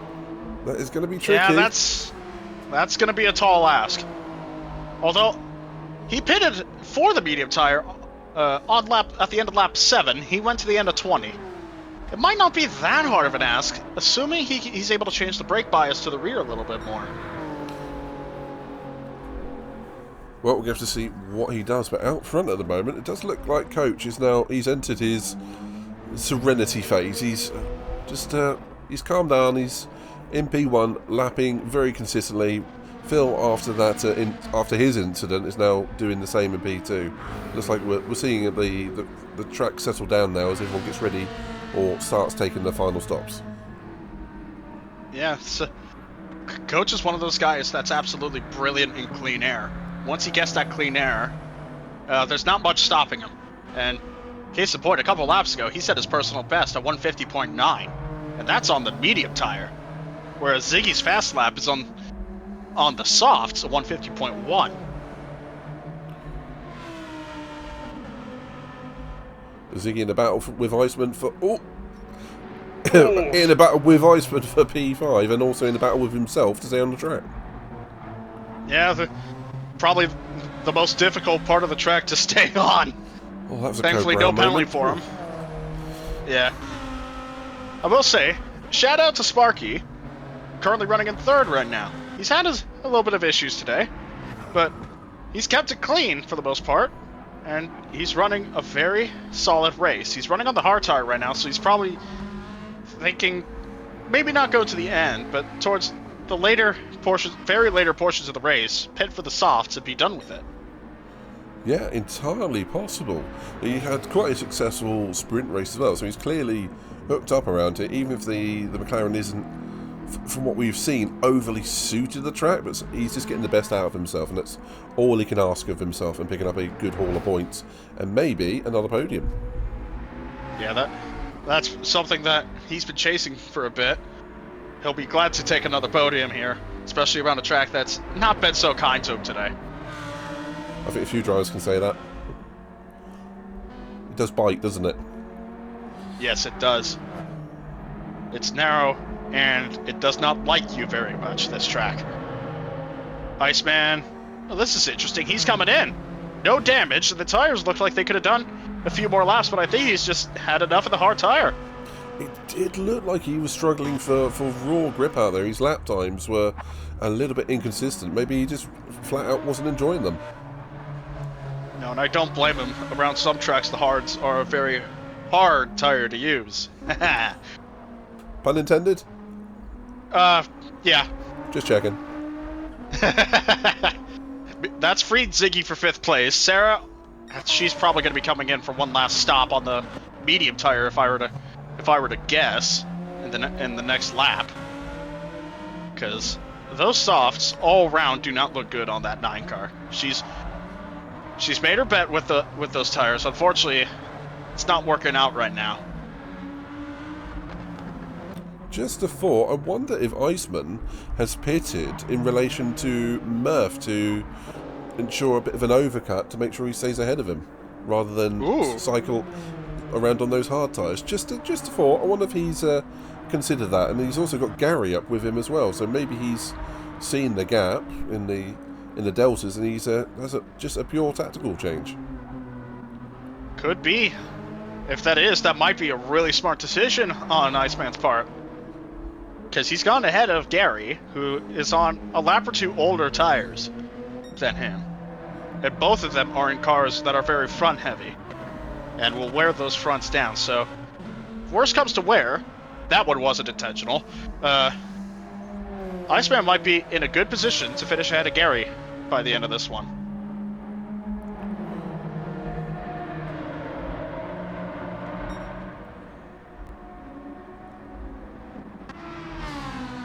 Looking through the field, doesn't look like there's a lot of battling this minute. It looks like everyone's mostly spread themselves out. Surprisingly, Sarah stayed out one more lap. So I think she's just trying to make sure the mediums don't go too hard and come apart on her by the time she pits. Though I don't think that was the right decision, seeing the state of those tires already. I'll absolutely agree with you on that.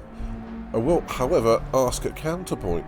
Could it be that that Huracan is just a little bit easier when it reaches the limit on its tyres, like a little bit more compliant? Because we have seen some cars really struggle, particularly the Super and the high speed once the front left goes.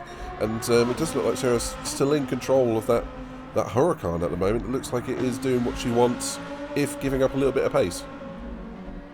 Yeah, that is true, and it's a point I've brought up before. The Huracan RA platform can be a little iffy on its rear tires, but I think the Huracan's been the better of the two sisters in that it's much more gentler on its rears than its German counterpart. And Sarah's had a lot of good results with this Lamborghini this season in comparison to the BMW last season, I think. So it might also be a driver preference thing as well. But it's decent to see how people evolve with different cars and get the best out of themselves. And at the end of the day, that's what we like to see, people achieving what they can, how they can, and just enjoy themselves. As you do see a little bit of a slightly wild moment for Sarah coming out the hairpin. I'm not sure if that one was considered fun or not. Yeah, that might be more considered change of shorts territory. Oh, she's going again! That tire's gonna be flat! That is interesting. I would put money on that not happening. I would have too. I think we both would have lost that bet. So that's not gonna be a fun lap for Sarah. Unless, you know what? She might be planning one last stint on the soft. Could well be. Because this is her 9th lap on this tire. If she pits this lap, it'll be 9 to go, which theoretically means she could take that soft tire to the end. Yeah, but knowing our drivers, it should probably go to the hards. Just to keep you guessing. Yeah, as I said, there's a lot of creativity in this lobby.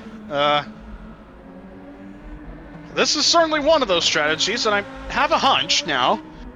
Double or nothing. She's going to be pitting this time for a fresh set of Firehawk Softs. Yeah, I'm not going to bet against you on this one. That car is not turning left very well, let alone right, and you can just see the understeer. Yeah, unfortunately, turning the wheel more doesn't make it go further. It's once the tyre's dead, it's dead. There's no grip to give. No, there's only so much a tire is willing to give you, and then, as you see now, the left front has come apart. Hopefully that thing is not beating on the bodywork too much. Thankfully, up until you get out of the chicane, it's pretty low speed. But, oh, she tags the wall, but nothing more than a Darlington stripe. Now my question now is, where is Sarah going to filter out in relation to like Iceman and Gary? She's going to be rapid towards the end if our theory is correct that she's going to soft tyres.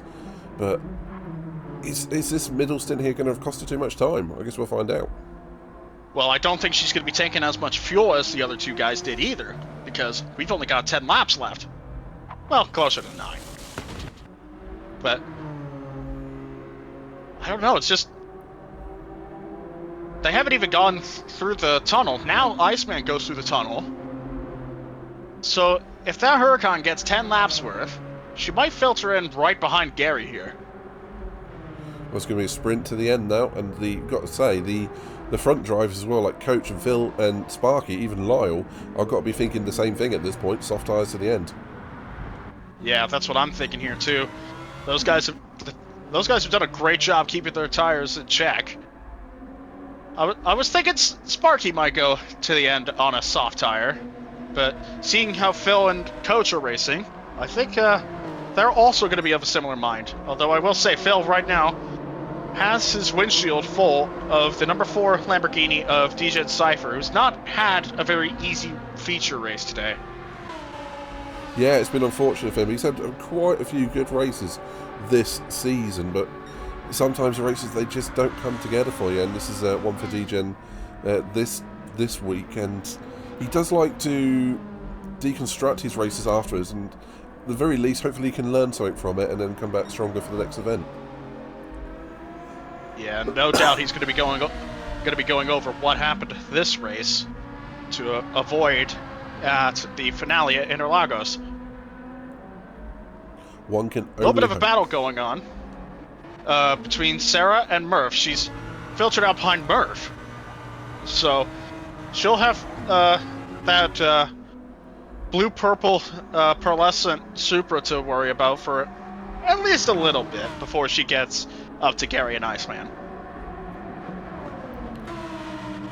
Yeah, I think not quite where I think it's only a matter of time there, Jared. It looks like Murph is having fun.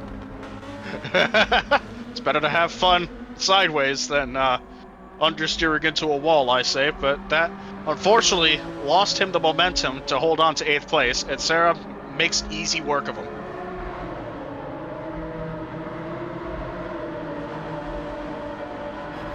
I don't think it's quite done yet, because that Supra still has a good straight line speed, even with the BOP readjustment. To the outside for turn 2. He's been bitten here already. And he'll lose the spot again this time.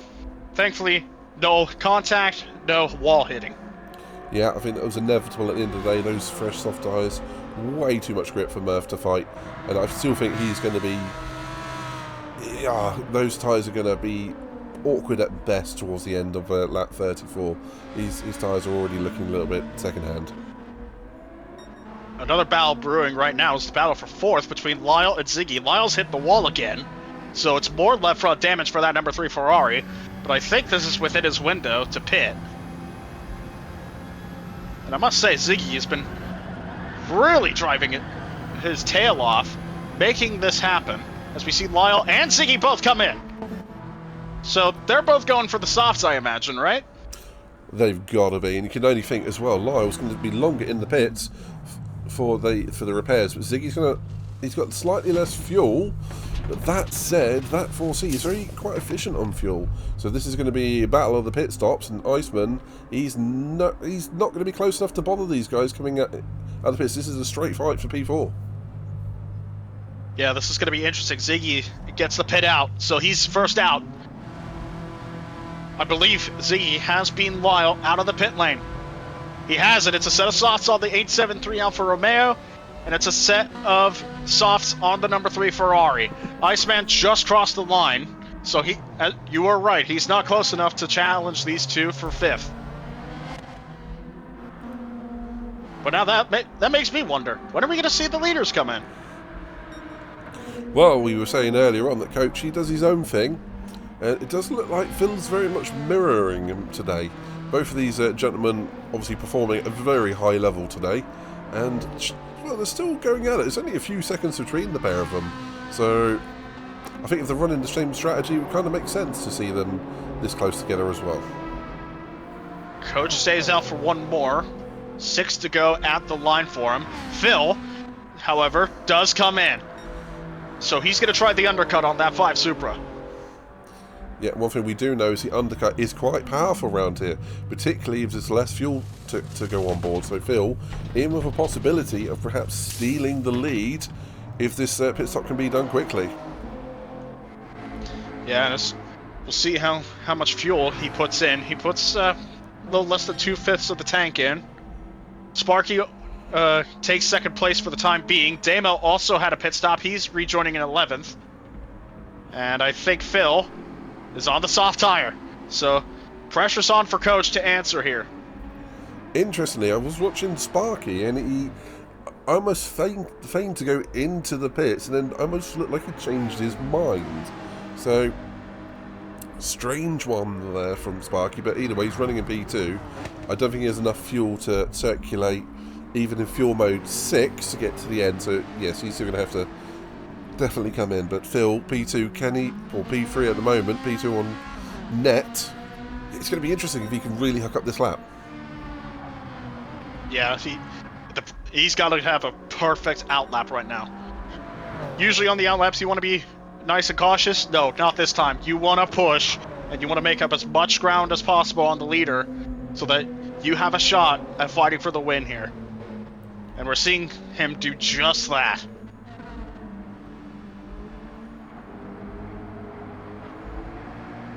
We'll say Sparky's also going to have a little bit of issue with Damo, I think, because Damo's just got back ahead of him because Sparky had to serve a penalty. Coach will be coming in this time, so he's got 5 laps on a set of softs to do. Again, Coach is already in the final hairpin, coming into the final chicane, so this is going to be... there's only going to be a second 2 in it, I feel. Yeah, this one's going to be down to the wire here. Although I will say, Coach, pretty good on his fuel. It's a very quick splash and go on that 5 car. So, he might filter in the lead. Coach might be considering just get out in front of Phil, and if you have to fuel save, just slot it down a couple of power levels and just circulate. So yeah, Coach getting that very short stop. Beautiful move there, beautiful bit of strategy from these pair, but it's like Coach won the battle of the pits on that one. Sparky in the pit lane as well. No doubt he's going on to a set of soft tires. He wasn't as good on his fuel as Coach was, but he comes out now. I think he'll be filtering out ahead of Ziggy. But the question will be whether or not Ziggy will have the pace to keep up with Sparky. It is going to be quite close. You've got Ziggy coming down the pit straight. Sparky into turn 1, and there is Ziggy right next to him. Yep. So Sparky's got the position, but Sparky does not have the line. Ziggy's going to try looking on the right side of that McLaren side by side as we go. Yes, this is brave stuff from Ziggy. Amazing move by the Alfa Romeo driver. He goes off the track, though. He gets a little sideways. There's contact. Sparky is off into the gravel. He's saving it. There's contact again in the hairpin. Ziggy with the penalty for good measure. But what a battle this is already. Oh, that all kicked off with Sparky getting a little bit loose on the exit of turn 1. Ziggy ended up cutting the corner down before the hairpin, and they both ended up basically banging doors all the way down the straight there. And this still isn't over. No. These two are still having at it. It's a bit of a scruffy outlap for Sparky still. And Ziggy's just trying to use up that McLaren before he has to serve that penalty and face Lyle for 4th place. Yeah, they're going to have to be careful because Lyle's right with the pair of them. One mistake and then Lyle's going to be laughing. 4 to go for the leader right now. Ziggy serves his penalty down on the bottom, and loses 4th place to Lyle for the time being. But knowing how planted that 4C's been, I would not be surprised if he gets that position back and still contends with Sparky for that podium.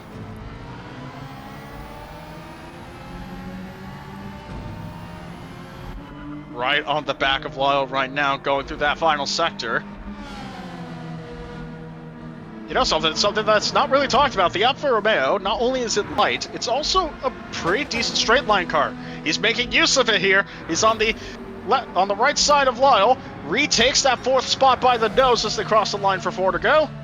And he's got the preferred line going into turn 2. And Lyle's going to try his best to keep at it. They're side by side, a little bit of contact. Lyle in the... That's unfortunate for the Belgian. Yeah, it looks like he's got on the power just a little bit too early and clipped that wall, but battle isn't over yet, is it? No, it's not. I think both these guys pitted at the same time, I believe. And now, Ziggy has the clean air to try chasing after Sparky, but does he have enough time and enough tire? Yeah, it does look like Sparky's got up to speed now. He's been on those hard tyres for a very long time. It takes you a lap or two to adjust to the new level of grip, actually having some, and it looks like he is now finding it.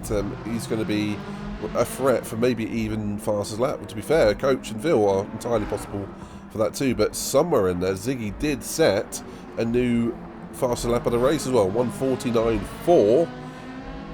That's an outstanding lap, especially during the race. Yeah, that's going to be pretty hard for these guys to beat. We see Coach now on his first timed lap. 1:50.0, not nearly fast enough to beat that time. Phil with a 1:49.8, closer, but he's also gotten himself a half-second time penalty for the trouble of pushing the boundaries. So I think that might derail his chances of catching Coach with 3 to go. Possible battle to keep an eye on. We have, for P7, we've got Gary on aging medium tyres with Iceman just ahead and Sarah closing in on those soft tyres, but those soft tyres, as you can see, with a little bit loose at this corner again. She's trying. They are, yeah, I think they're starting to get to that point where they're starting to degrade more than what she's getting speed out of them. But this is going to be interesting as which tyre are going to go off first. Oh, Iceman's been in the barrier somewhere. He's got quite severe damage. Yeah, he's hit the left front. I think he might have got it in the final sector. So he'll have to contend with that, while also trying to maintain the advantage over Gary. He's got the tire advantage over that number 17. And, as for good measure, the 17 has company. But it's not going to be an easy task for Iceman to hold back Gary and Sarah. So I will say, I think Sarah has been either pushing a little too hard on this set, or the change in the time of day has created a different environment for the tires, where it does not thrive nearly as much as it did that last stint. Yeah, that is one thing we have learned, particularly in the last year or so, is when these tyres overheat, particularly with time of day and or driving style, that's when you really do get the keys being turned and that tyre wear ramping up. And it's so easy to do, even on a car that is relatively light on its tyres. So it's going to be, well, it's going to be down to the canvas. Well, again, it looks fun though. It looks like a lot of fun, but is it fast? It looks fun. Might not feel so much fun. Meanwhile, Ziggy's been pushing the boundaries, trying to stay ahead of Lyle. I think he knows the battle for third's conceded, but he's trying to stay ahead of Lyle, but the problem is he keeps getting himself half-second time penalties, and that's not making his defense any easier of that 4th place.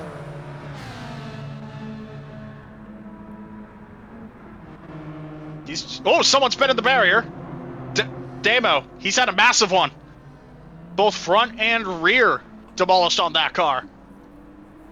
And with 3 to go for him, 2 to go officially, he's probably just going to tough this one out. That's not been an easy race for Damo. Not been an easy last few races for Damo.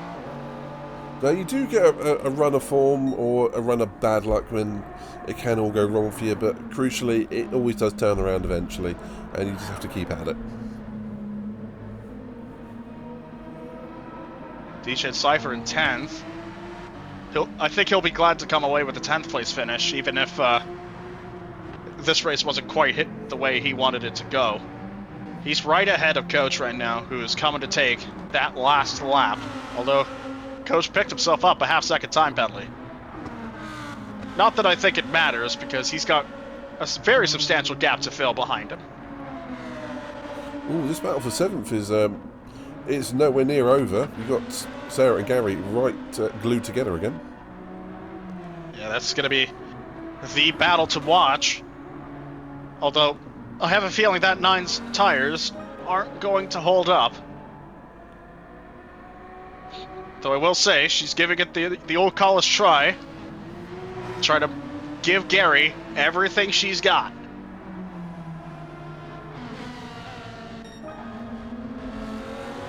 I must say, though, this has been a pretty fantastic race here at Grand Valley, all things considered.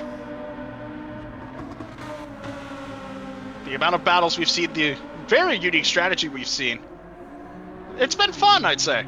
I completely agree. It's been great to see a lot of side-by-side racing and a lot of different strategic options and battles all the way to the end. And we have seen quite, incidents everything. Sarah's attacked the wall. This time, it's not a Darlington stripe. There is actual damage to the number 9 Lamborghini. So unfortunately, I think her charge for 7th just ended. Yeah, and a lap to go with pretty dead tyres, it has to be said. They're both on dead tires, though, so it might be a case of who, as you said, it might be a case of whose tires go first. But as we look on, in the final sector, out of the final chicane, the number 5, Fusudo Racing Supra. Coach has not had the best season. He's had a very unlucky season so far. But now he's going through that final turn, the oh-so-fun final kink through turn 19, and across the line he comes. Coach is a race winner once again at Grand Valley. A brilliant race for him, and a great recovery from the early incident. Phil, just so close to turning his season around, comes home 2nd place. Sparky in the number 12 Mclaren, right now in 3rd place. He's really making sure he doesn't hit the wall. And I'd say he's earned himself this one. A brilliant 3rd place for him. And that chrome, black, and red McLaren. We've seen Montoya and Raikkonen use it to great effect. Today, Sparky brings home that final podium spot. Ziggy with a great recovery in 4th. Lyle, can't be mad with this kind of result for him. 5th place. Iceman, right now running in 6th. With the damage, but I think he's had just enough of a buffer. He will cross the line in 6th place. Ahead of Gary, who has hit the wall himself. In for the good final measure. corner. Yeah. So close to keeping that thing intact. Run us down through the rest of the way, Midnight. Oh, Gary taking that 7th. Sarah Hawkey taking that P8 with some very dead tyres in that Lamborghini.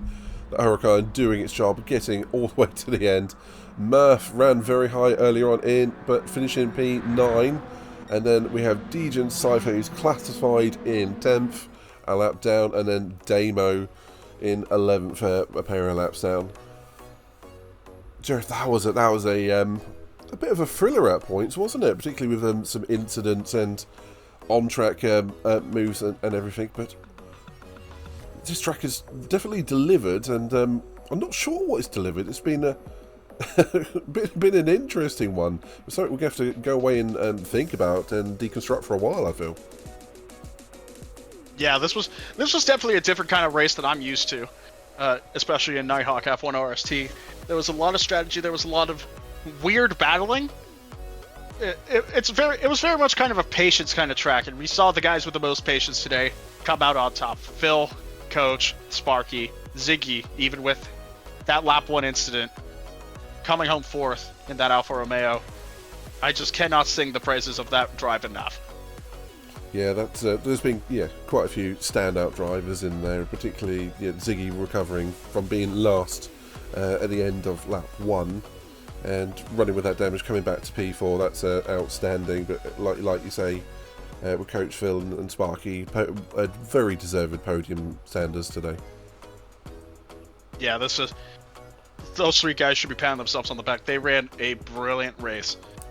It wasn't easy, but far from, in the case of Phil and Coach. Those two had contact. No, it was Murph who had contact with Phil, and then Phil had contact with Murph. They both had contact with Murph. Little weird common denominator there. There's a theme here today, isn't there?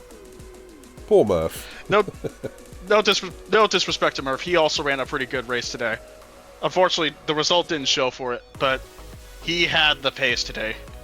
He just needs a little bit more tire management, and I think he'll be having a great tail end to the season, if not season 6. Yeah, right there with you on it. It is worth saying that some of the incidents did go to the stewards today, but no time penalties have been handed out. Some penalty points have been, but because a lot of the drivers waited for the other driver to catch up, the stewards saw fit not to impose any time penalties. That is good to hear. It's great to see such sporting action out on track today, Jared. Yes, and I think that was the right call by the stewards to not penalize anyone, seeing that everyone gave up their spots back after a collision.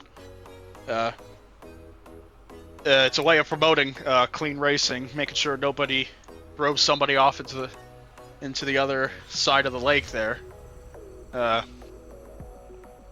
Yeah, it's what you want to see. You want to see guys race with respect. You want to see guys race cleanly, and I think this approach does a great job at that.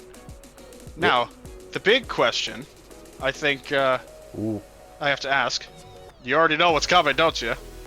Driver of the day. Now, you see, I usually get the opportunity to ask people this first, right? And, being put on the spot, it's not as nice. It's not as nice, but I'm going to go for a little bit of an outlier on this one. You might see my point on this one, but I'm going to genuinely say Sparky. Double podium today, and from what we've seen, very little on any sort of incident. Just a very good, solid race. Good moves, good strategy. I can't really fault him from what we've seen live in these races today, but I will definitely say shout out to Coach, who also had, or Coach and Phil both having double podiums as well, but unfortunately being tangled up in a couple of incidents here and there. But you know, great racing all above, but I personally going with Sparky. Yeah, the entire top 5 pretty much put out an excellent argument as to them being the driver of the day, but I kind of have to agree with you. I have halfway agree with you. I think I'm going to give it co-driver of the day for Sparky for sticking with it, and also Ziggy with that brilliant comeback drive to 4th place in that Alfa Romeo. Absolutely superb stuff from everyone at the top 5. Everyone who finished the race, really. Because this track ain't easy. This race wasn't easy. Right there with you, and Ziggy also stealing the fastest lap in the race and pole position. So, yeah, I can get behind that. And I think with that, I'm hearing the command to fire engines for the Red Lobby for their feature race. So, I think it's almost time to see them head out on track. Midnight, I think you better get yourself down there. So, we'll see you there in a few, everyone.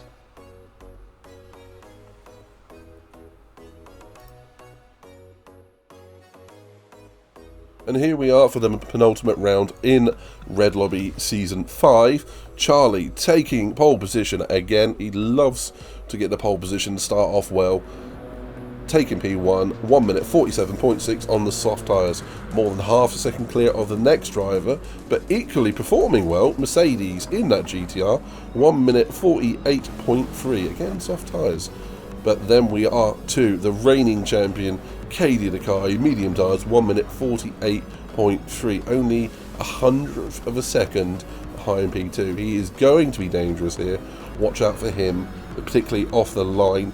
We know those GTRs are quick.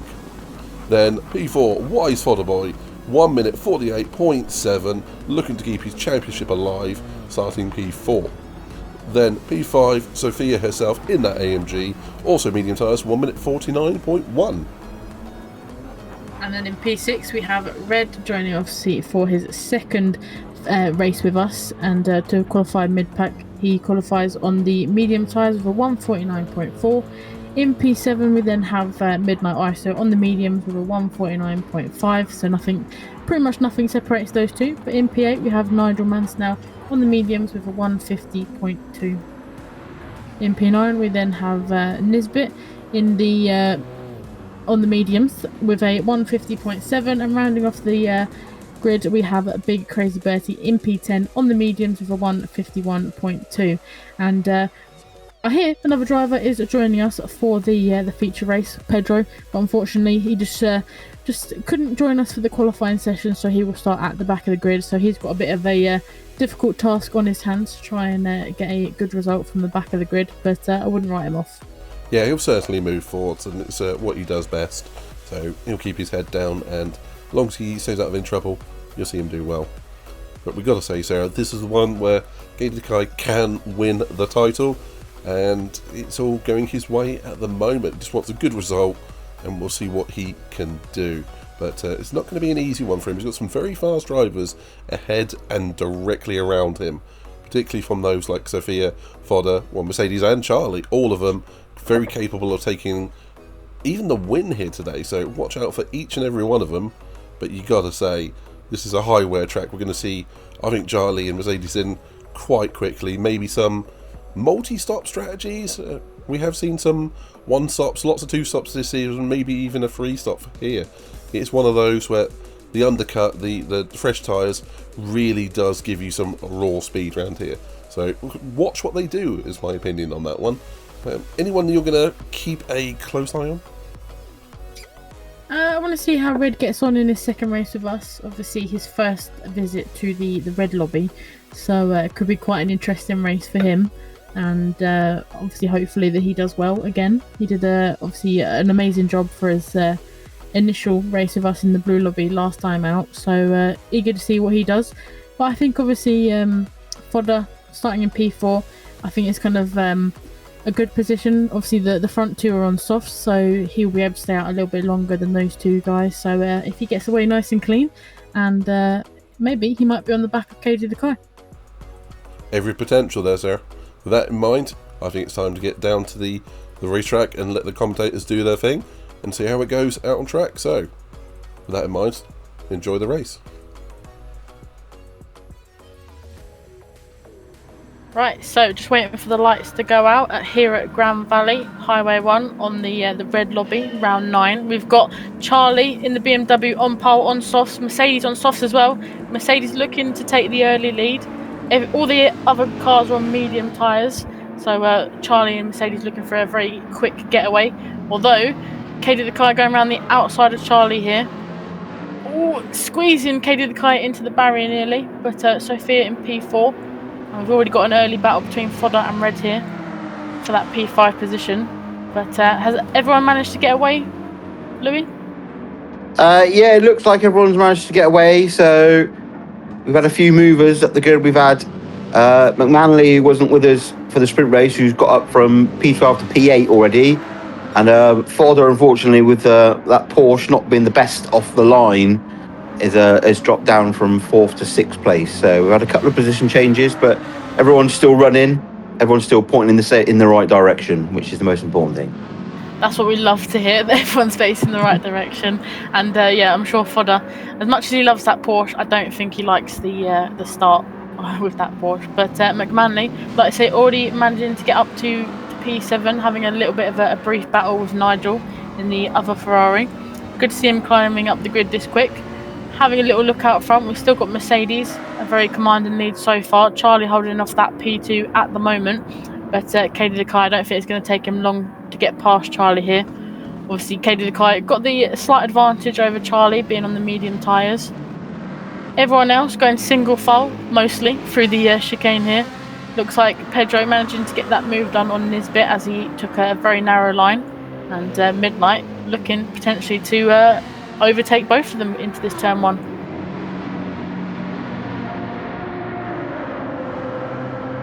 Yeah, and we've got Fodder chasing Sophia here. Might be looking to make a move into turn 1 potentially. Oh, Midnight giving a little bit of a bump draft to Pedro, giving him the old hurry up there. But Midnight currently still in that P11. Oh, both Pedro and Nisbet went a little bit wide there, so Midnight takes the opportunity to go on the inside here. Although that speed of the Lamborghini has got a little bit more speed than the McLaren, but Midnight placing that McLaren in the right spot. Looking to go to the inside, although Pedro, very late move there, forces Midnight onto the outside here.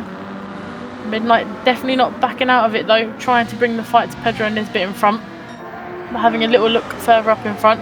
Sophia, still in front of Fodder here, although Fodder is looking to try and get that move on Sophia done and dusted. Everyone else still in their positions that we saw them earlier. So I'd say the closest battle we've got so far is for that P5, but also for P9. Yeah, we've got McManley joining Sophia and Fodder here for this battle for P5. So these two battling to allow McManley to reel them both in. And they're just looking at the front. It'd be interesting to see how long Mercedes and Charlie can go on these soft tyres. And Kai's obviously staying with them here, so they're not really getting the advantage of going on the soft tyre, particularly at the moment. So it'll be interesting to see when they have to come into pit and change tyres. Yes, don't normally see Mercedes go for the soft tyres. He uses the hard tyres a lot more, so good to see him doing something different, and hopefully it will play to his advantage a little bit later in the race. But we see Midnight going for a move on Joe here. Pedro getting that move done on Joe just through the tunnel, going up to that uphill chicane. But Bertie in P12, he's not too far behind this little gaggle of cars in front of him, so he potentially might be eyeing up a few moves here if the drivers in front make a mistake. Midnight going to the inside line, going defensive, and Joe just tucking up just behind that McLaren at the moment. And that battle for P5 is still brewing at the moment. Sophia has got the Mercedes place in the right place at the moment, although she does go a little bit wide here. Fodder getting nice and early on the power, two going side by side into this section here. Although Sophia still on that inside line, although that has opened up the door for McManley, who's looking to try and potentially go for a move here. Oh, I don't know about you, Louis, but I don't like the thought of overtaking in these corners. Yeah, they're certainly pushing the limits of what to do. Sophia's picked up a half-second penalty, so that could well drop her behind both of these two here. So we could see a change of positions here. But yeah, they're battling close, but I think they all know what they're doing and not pushing it too hard at the moment. So I think they're just having fun out there. I'm glad they know what they're doing, because I don't know what I'm doing. But McManley going on the outside here. Sophia, after burning that penalty, did lose that position to Fodder, although she doesn't want to lose the position to Mac. Mac on the inside though, the two going side by side, and Sophia giving that place to McManley. That's a chicane or a corner you don't want to go side by side in. It's so narrow. But obviously a track like this, the corners, they're literally racing on the edge. Any further along, they'd probably be driving in the sand and doing a better job than what I think I could do around there. But that Mercedes in that GTR still in P1 at the moment. Tyres looking in all right shape. Obviously we'll see Charlie and Mercedes tyres wear off a little bit before the medium runners.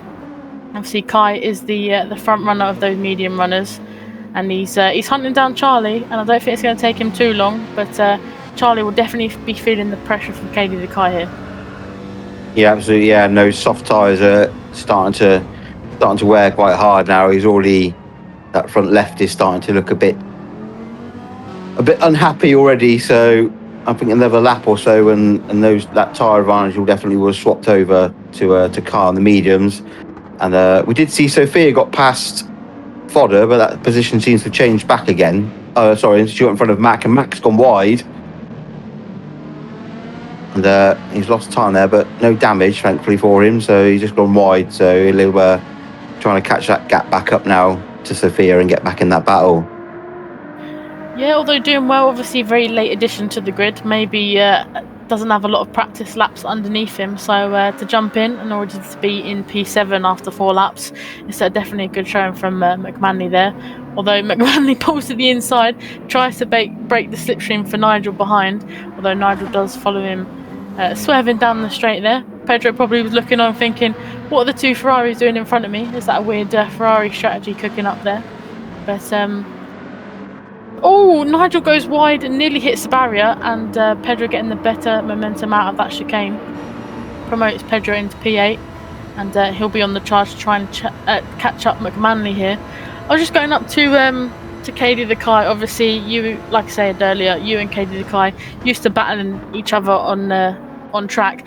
Would there be any words of advice that you'd be giving to Charlie right now? I think it's difficult when you're in a situation now where I think you haven't got the advantage anymore. You're sort of weighing up the pros and cons now, whether it's worth fighting or not. That's the problem, because you can lose so much time from needlessly battling people that eventually are probably just going to get past you anyway. So, do you lose potentially 2 or 3 seconds battling out for 3 or 4 corners to just lose a position anyway, or do you just, sort of, if Kai goes to the move, just let him go and just sort of try and stick in his slipstream for a little bit? So it's a difficult strategy call at this point. So with those, like I said, with the tyres sort of swapping over, but Charlie's driving well.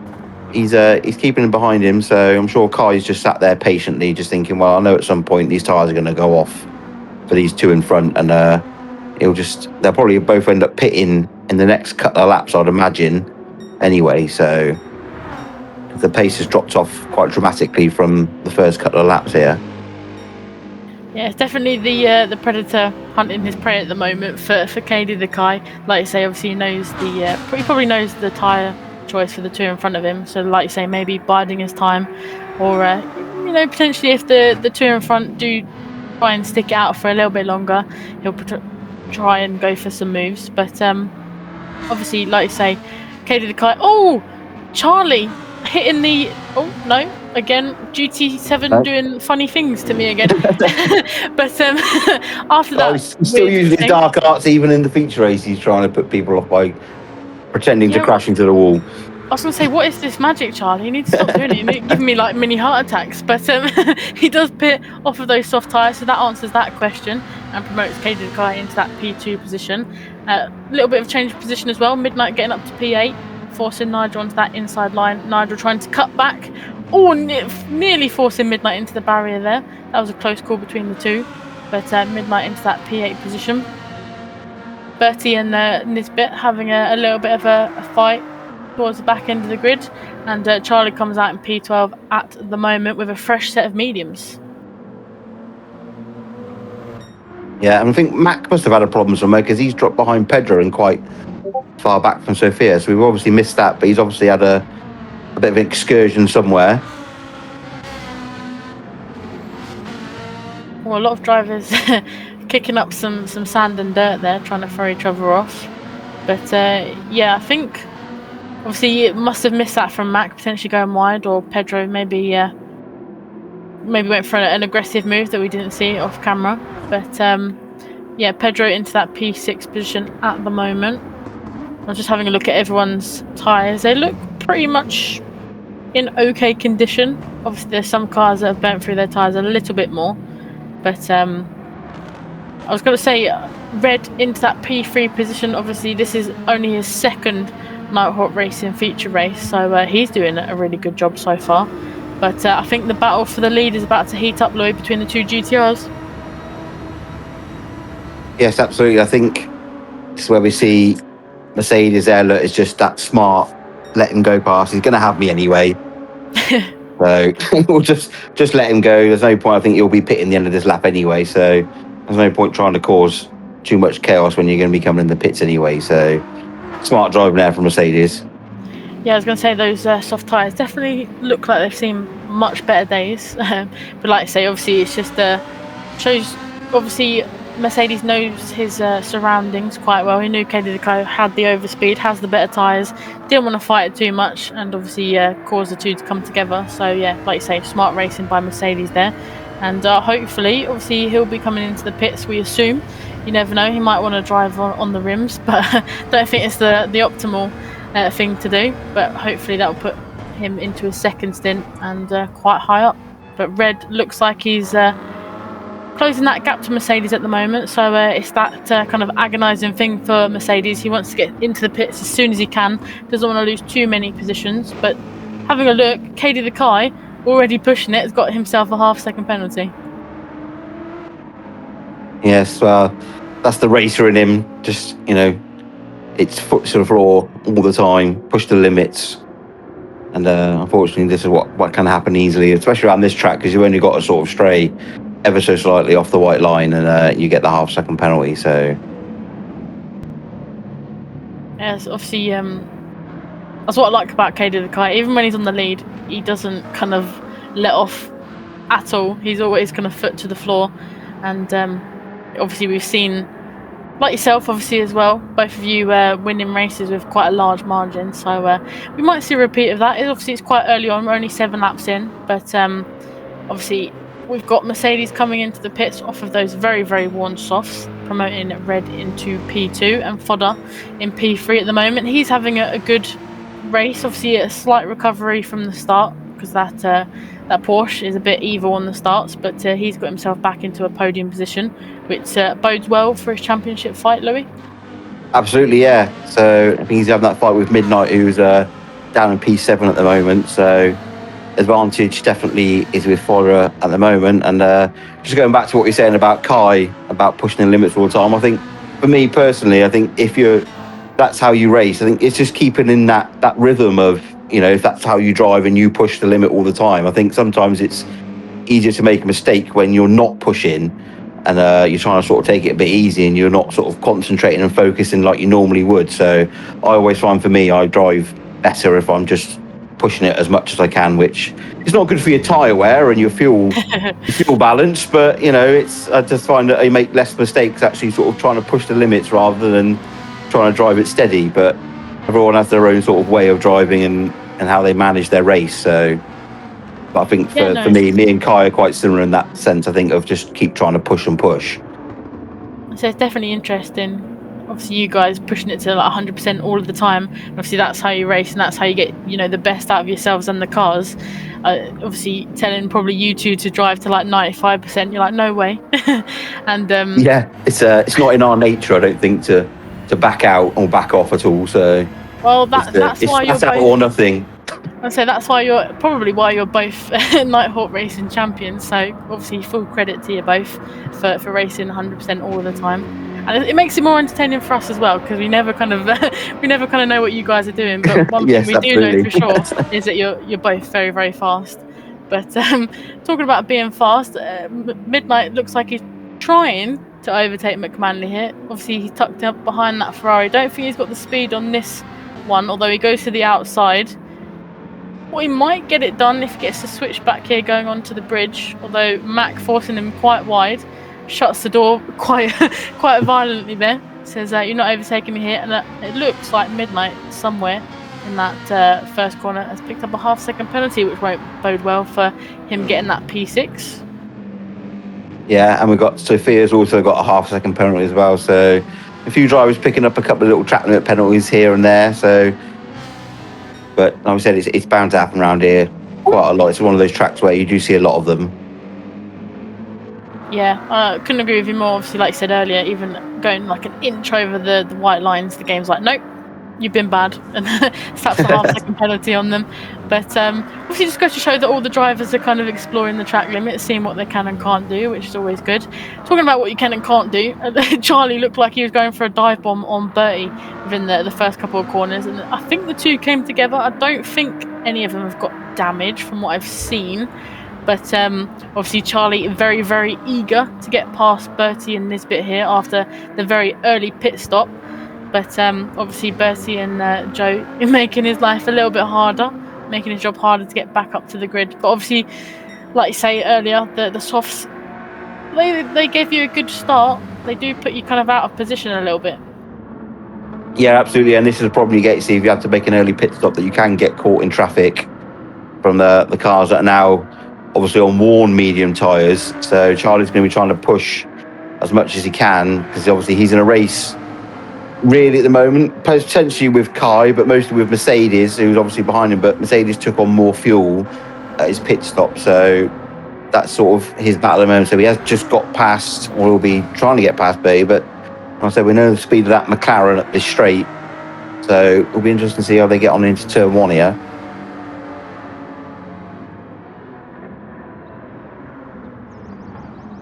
I think Bertie kind of knew that the move was coming. Yeah, left him a lot of space there. It's good driving from Bertie. There's never say it's just driving IQ. It's just knowing sort of when to battle, when not to battle, and picking your moments. And then Bertie knew that at the moment that's just not his fight at the moment. So yeah, Bertie going for a little bit of off-road in that McLaren there. But yeah, like you say, obviously with Bertie, he doesn't want to kind of get himself involved in a big crash, and obviously that could be race ending. So it's good. Oh, we've had a spin from Nigel, and that I think the gaggle of cars from 9 downwards is just about to arrive on the scene. But Nigel, a bit walking wounded at the moment, trying to shake off the dirt and sand from the tyres. But yeah, obviously, unfortunately for Nigel, having a little bit of a spin there. yeah, and we're going to see Mac burning a penalty, which is going to let Midnight pass into P6. And I'm sure Midnight will wave and say, thank you very much for that, Mac. Made his life a little bit easier. Midnight having a little bit of free road in front of him. Obviously, Midnight's got a little bit of a challenge on his hands to try and catch Pedro out in front. And Pedro, obviously the same with Sophia. They're quite spaced out at the moment. Saying that, P2 downwards is quite evenly spaced out. They've got a little bit of breathing room to each other. But obviously, now is when we're going to start seeing maybe some of the medium runners starting to think about pit stops. I was going to say that Lamborghini of Pedro's tyres, they do look like they're a little bit worse for wear. But we've got Charlie on those fresher mediums going for a move on Nigel here. Charlie going to the inside, Nigel on the outside. Again, doesn't really fight it, knows that he's on a different strategy. Keeps that wide line and lets Charlie sail past. And it looks like Bertie has managed to get a little bit closer to that Ford GT of Joe at the moment. Joe having a little bit of a quiet race, but like we said earlier, that's sometimes all you need to do. He's just enjoying driving that Ford GT around the beautiful scenery here. And I noticed as well, I don't know where he's obviously picked it up, but Kai's actually got front aero damage. So he's obviously clipped the wall, either I presume in the tunnel or on the last chicane, coming out of the last chicane. He's obviously hit the wall somewhere. So it'll be interesting to see how much that affects his pace up front. So even though he's been left to his own devices, he's obviously, like you said earlier, he's still pushing it, and obviously maybe a slight little mistake, which happens especially around a track like this. You're quite enclosed, and it's a lot of barriers and a lot of walls and cliffs, so easily done. But like I say, we'll see in the next couple of laps or so how it affects him. I don't think it will affect him too much, because I saw Red had to burn a penalty within that last little bit of a lap, so obviously that's allowed a little bit of breathing room from Katie the Kai. But yeah, it'll be interesting to see what happens. Obviously, do you reckon he'll maybe pit a little bit earlier than what he expected, or will he carry on with this damage? I think it's probably not going to affect too much, I don't think, especially with his tyre weight. He's probably only got another couple of laps until he's probably thinking of pitting anyway. So I think you might as well just run the tyres down now to where you stay on the same strategy as you're thinking anyway. You might only lose, again, it's probably one of those tracks where you don't lose massively having damage on the front aero, because there's not a lot of sort of massive high speed section. So I think he should be all right, really. It probably won't affect his lap times too badly, I'd imagine. Yeah, and like you say, he's got that little bit of a gap from Red, so maybe he might dial it down 5%, but I don't think we're going to see that from Katie the Guy, even with damage. But yeah, obviously the medium tyres, like we can see with Bertie here, he's got about 25% left on the front, so we're definitely going to see some of the medium runners coming in shortly. So I think that will benefit Katie the Kai as well. Obviously, most of the grid going to have to pit around the same sort of time, so I don't think he'll lose too much time repairing that front aero damage. And I think the closest battle we've got on track at the moment is for P10 against Joe and Bertie. Bertie trying to eye up a move on Joe here. Although remains behind, goes for a wider line, gets towards that apex a little bit closer than what Joe does. Gets a little bit of a better momentum going onto the bridge. Joe going out very wide. Although that speed of the 4GT is pretty hard to pass. Yeah, it's got good straight line speed, that Ford, so might see Bertie if he can get a good run out the last chicane with the fifth gear of that McLaren that's very strong down the front straight. He might have an opportunity. Although he's probably actually, weird to say, he's probably a little bit too close probably here, where he's not going to pick up enough slipstream potentially to actually make this move. So, but we'll see what happens. Yeah, that McLaren is nearly glued to the back of that 4GT, going over the start-finish straight at the moment. Obviously quite matched the two, Joe and Bertie here, but like I say, I think that overspeed of the 4GT might have had that better on the McLaren on this lap. But obviously if Bertie remains this close, I'm sure that P10 will be his very shortly, if he can look after those tyres, which we all know he can do pretty well. Oh, Charlie looks like he's getting very close to McManley, and McManley having a hell of a drift coming out of that corner there. So his tyres look like they've probably seen better days after that. But apart from that, we've got fodder closing up on red as well. So it's heating up before, obviously, most of the drivers have to come in for their second stint, which is good to see. Normally at this kind of far into the race, we see everyone, quite spread out, doing their own little thing. So it's good to see, obviously, this track promoting some close racing, Louis. Yeah, absolutely. Yeah, everyone's sort of within a couple of seconds of each other, basically sort of spread down the grid. So we've got Charlie coming up behind Mac over the bridge, and maybe we'll go for a move into tunnel. Mac's a bit of a late sort of defence move there from Mac, but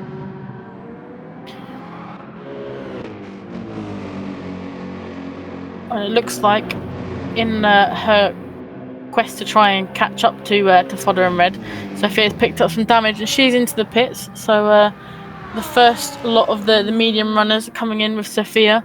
She'll look to repair that damage, and Midnight also coming into the pits. I'm just having a look.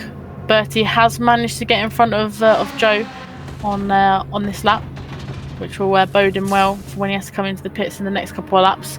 Joe looks like he's coming over to the right-hand side. He's going to take his pit stop now, which does release Bertie. Releases a little bit of pressure as well, I'm sure, for Bertie after that well-fought battle. yeah, absolutely. Yeah, it'll be interesting to see the strategy that some people that have pitted early sort of run now. So I think Sophia's come back out on medium tyres. So it'll be interesting to see what she does on her last stint, whether or not she feels like she can run these tyres enough to be able to run softs at the end, or whether she's going to have to go onto the hard tyres if she doesn't feel like the softs will last. Because we saw with Charlie and Mercedes, they're only getting 6 to 7 laps out of their soft tyres. So it'll be interesting to see how they get on. We know that Midnight should be okay. He's gone to softs already, so he's going to do that for his second stint. I'm going to say quite clever from Midnight there. I think he did jump Sophia in the pits, obviously not taken on any fuel, going to maybe taken on a little bit of fuel, but he went to the softs, obviously reducing his pit time a little bit, and like I say, getting that soft running done in his middle stint. I was just having a look at McManley. He's for about quite a few amount of laps now, he's had that right indicator on, probably giving some mixed signals to some of the drivers around him. But he's always going right, apparently, according to that Ferrari. But I don't think we saw it, but we did see Charlie go past Mac within that last lap. So that Mac is definitely struggling with that Ferrari. He is actually coming into the pits, so the indicator was right there that he was coming in. And we see quite a lot of the grid coming in with Katie the Kai, Red, Fodder, Pedro, Mac. So yeah, definitely going to heat up now as Nigel carries on. He goes round. It'd be interesting to see what tyres most of the grid come out of. No one really taken on 100%. We see 94 is probably the highest from Pedro and Katie Dekai there. Katie Dekai coming out in P6. And although she did come into the pits and she has picked up some damage. Yeah, I'm wondering whether she actually repaired the damage or whether she feels like she can run with it. Like I said, around this track, whether you don't really lose that much time, and she felt like it wasn't worth the stationary time to repair it. And so we don't know. We didn't see her, haven't seen her hit anything else, and it's the same damage as she had when she went in. So I'm just wondering whether it's just her tactic is to not repair it and save the time. Yeah, potentially. I was going to say it was quite a quick pit stop from her, considering obviously everyone else came in and had the same sort of pit length time. So yeah, like you say, maybe she doesn't think that damage is going to hamper the performance of that Mercedes at the moment. But yeah, interesting call there. Normally, obviously, all racing drivers kind of shriek when they get a bit of damage and they want to repair it as soon as they can. But Sophia thinks no, I'm going to do something slightly different. Obviously, that she isn't too far away from Katie Dekai. She takes the inside line here, so maybe she just wanted that track position and to try and bring the fight to Katie Dekai.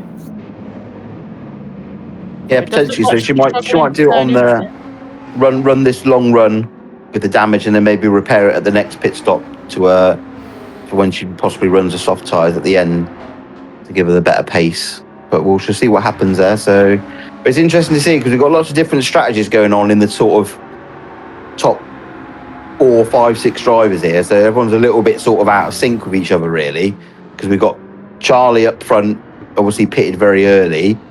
And then we've got Mercedes, who's net P2, really, who's running hard tyres. And then we've got Midnight, who's running the softs, who's jumped up in front of Kai and Sophia, who are both running mediums along with Red again, and Fodder. So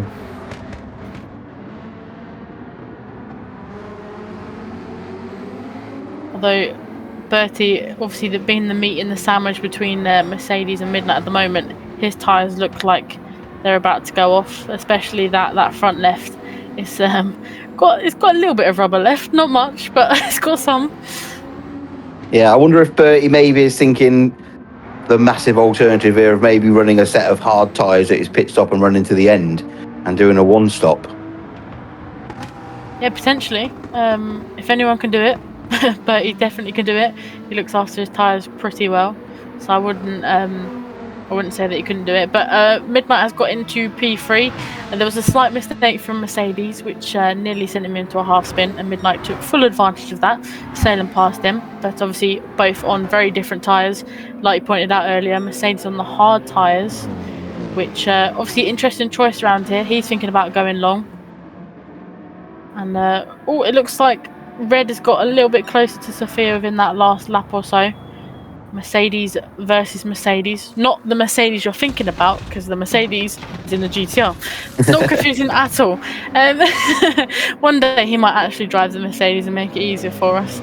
But Red has picked up a half-second penalty, which obviously is going to put him a little bit further back from Sophia. And currently watching the two Mercedes battling it out is Fodder in that Porsche. Obviously, having a bit of a quiet race at the moment, but looking to pick up some points. Oh, Charlie's just come out of the pits alongside Red. With a little bit of elbows out between the two. Although Charlie does hold that P5 at the moment. Red getting past Sophia in that little bit of a kerfuffle there with Charlie coming out of the pits. But obviously, Red with that half-second penalty. All that work that he's just done is going to come undone when they go over the bridge. Yeah, this is bringing Fodder right into play in this little battle as well now.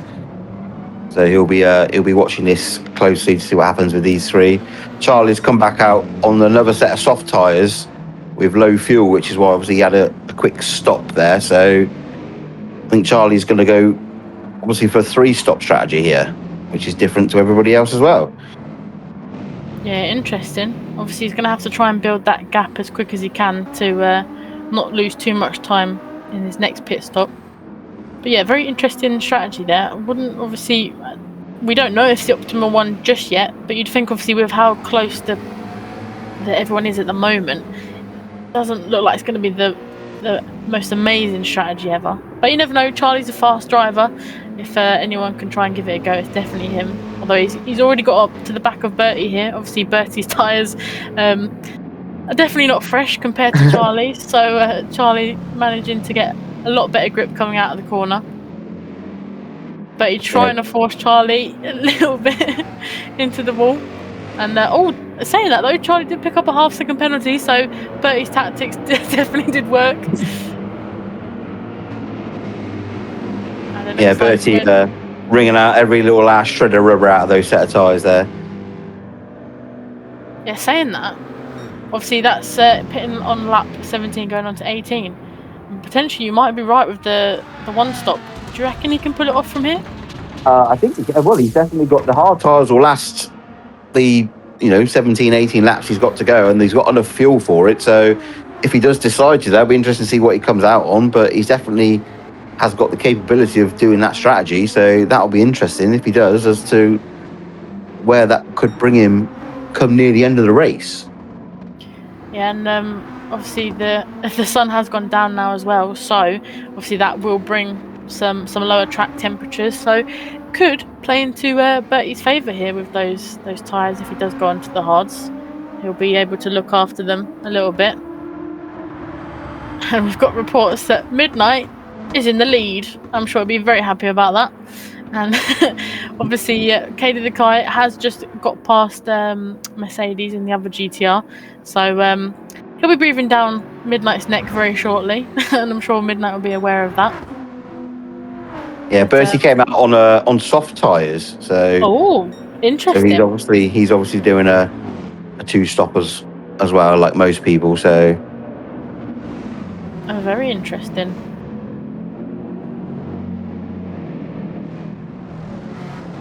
Charlie being forced out. Charlie's gone round. He's round. He has gone round. I was waiting to see what actually happened. I didn't know if it was one of his tricks again, so I was waiting for him to make his mind up. But yeah, unfortunately, Charlie going round there looked like it potentially was maybe forced out wide or sent himself into a half spin over that chicane. And I think he did have to burn a penalty as well, which was a 1 second penalty. So that did drop him really kind of far back into that group of cars. So potentially penalty not doing Charlie any favours there. Yeah, it can cause, unfortunately, a lot of chaos, that penalty zone, just before the tunnel with that sharp right-hander there. So, and I think he had 2 or 3 cars coming up on him as he was burning that penalty. So, and they're obviously all trying to get through side by side in front of each other. And I think Charlie's just either got forced, like I said, wide and just lost the back end on the curb and unfortunately spun it round. Yeah, very easily done run there, especially in that BMW. Sometimes it doesn't want to put any traction down, especially when you're facing the wrong way. So we'll see obviously if Charlie can climb up the grid again. McManley's still saying that he's turning right. Still got that indicator on. But it's interesting to see this battle for P4 at the moment. It keeps swinging back and forwards between Sophia and Fodder. They keep overtaking each other, which is good to see. And I think Red is just kind of sitting back, letting the two in front of him battle it out for a little bit, but I don't think it's C at the end between Sophia and Fodder just yet. Now we've got tyres starting to catch Midnight now, with Midnight's tyres starting to look a bit worse for wear now on those softs, so we might get another lap or 2 out of those, and then I think we'll be seeing him in probably for another set of mediums, I would think, to the end. So obviously, our good friend Ziggy raised a valid point when we were racing at Tokyo, and it went from day to night. Obviously, it's done the same again here. The drivers racing in sunset, and Ziggy mentioned obviously that when it goes to dark, obviously drivers have to adjust their eyes a little bit, maybe pick up some different braking markers and stuff. Does that affect you at all, or do you reckon that will affect the likes of Katie the Kai and them lot? I mean, it can do. I mean, I found, weirdly, to my sort of detriment last season, where I was actually running the car with yellow headlamps and find that actually you don't see as much with the yellow headlamps as you do with the white ones, which obviously I wasn't expecting, but it was a livery choice. So, but yeah, I mean, you can do. I mean, a lot of people sort of will turn the brightness up on their screens and sort of try and make it easier to see, because it can be difficult, especially on tracks like this, like I say, where you're very close to, one little mistake and one half a tyre wide off the track and you can be round. So it does bring a different element now to the race, being dark. Yeah, like Ziggy was mentioning, obviously some drivers using kind of visual cues for brake markers like shadows and tracks and stuff. And obviously where the sun's gone down, those shadows have now gone. So it'll be interesting to see if drivers maybe take some slightly different lines, some slightly different braking markers. And yeah, like you say, if you've got those yellow headlights, might not be the best idea coming around here in the pitch black. But saying that, everyone is managing to get round all right at the moment. Midnight all the way over to the right hand side. He comes into the pits. Katie the Kite back in the lead. And I'm sure he'll be staying there for a little bit. But yeah, interesting to see obviously Midnight coming into the pits. We'll see what tyres he goes on next with 14 laps to go. Yeah, I expect it'll be mediums to the end, I'd imagine. And we see Red getting past Sophia into turn 1. Essentially here, that's for P4.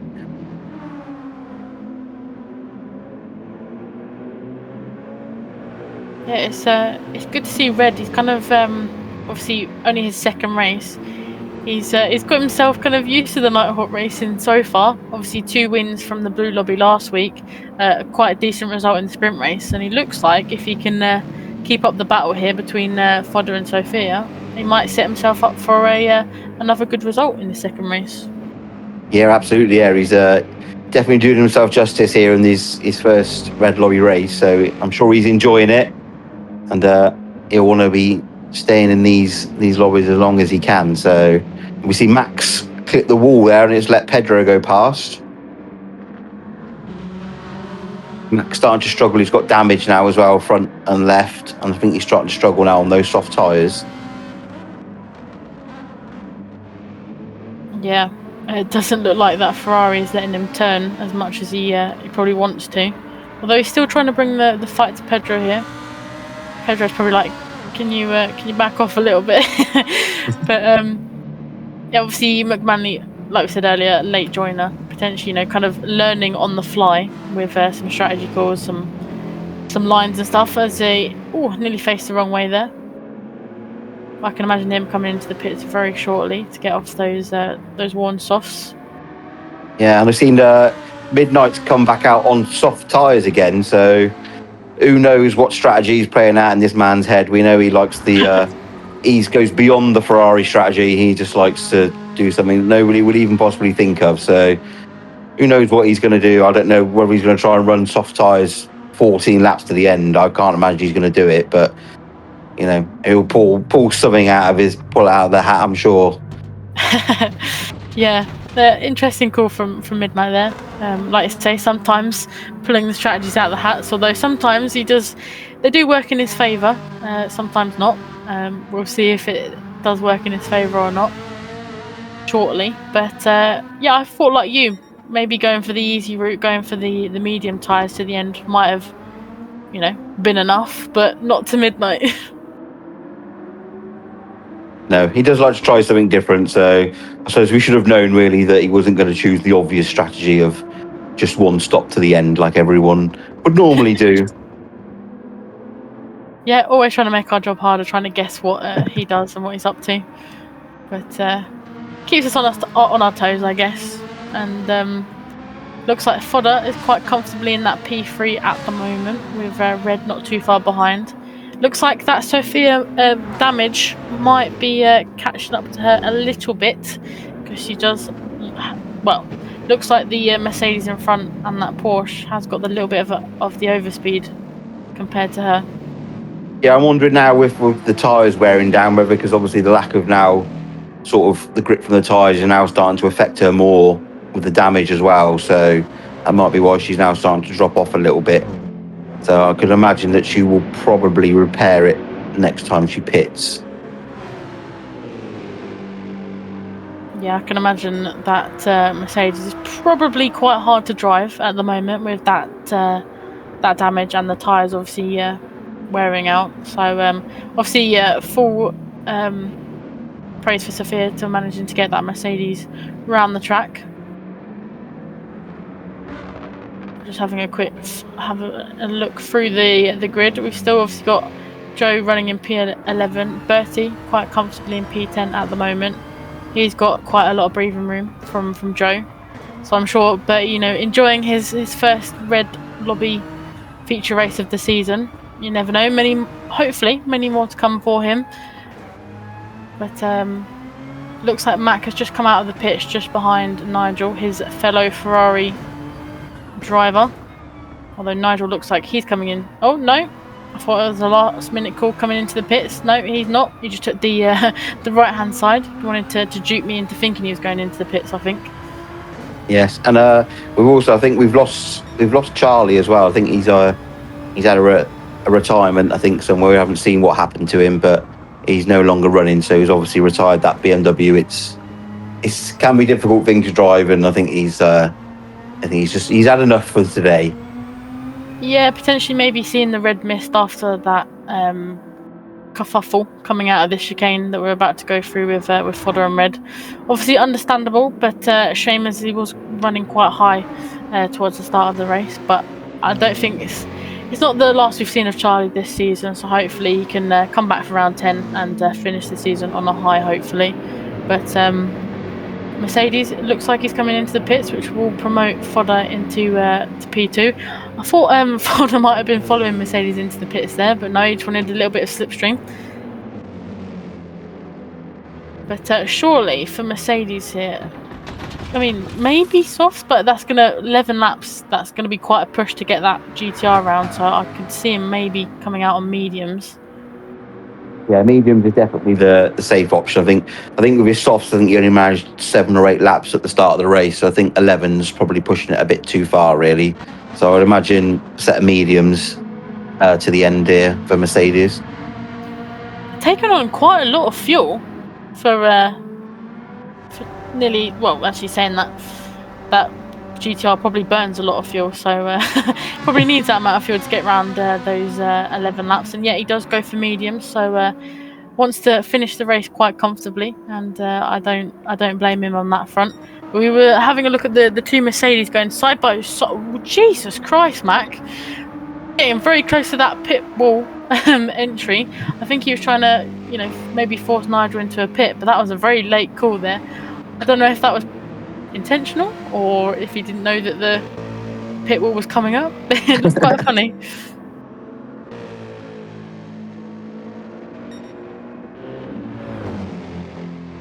But Sophia has dropped a few corners to Red and Fodder here.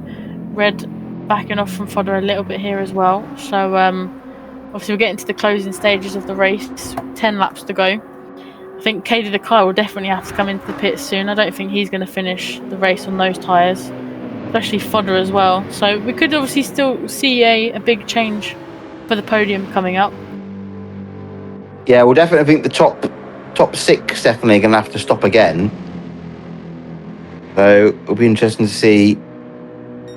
I think obviously top 5 probably will go on to soft tyres, I'd imagine, for the last stint, and Midnight will probably have to pit again for softs again.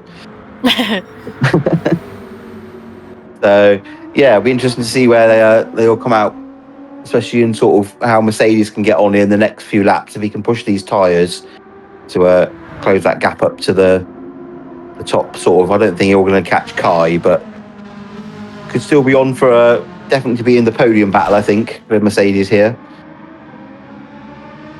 Yeah, I definitely wouldn't kind of write him off of a potential podium battle. Obviously, maybe catching some traffic might put him at a little bit of a disadvantage, but like you say, obviously the top 6, unless they want to drive on really dead tyres, they're going to have to come into the pits. So he's definitely got a challenge on his hands as Mercedes. But I was just having a look on Katie Dekai's point of view. You can just about see a car in the distance, so I'm assuming that is Joe that can see in front of him. As yeah, that's Joe that he can see in front of him. Blue flags have just come out from the marshals. Katie kind of not too close to Joe at the moment, but I'm sure Joe will be looking in his rear view mirrors, keeping an eye on Katie Dekai.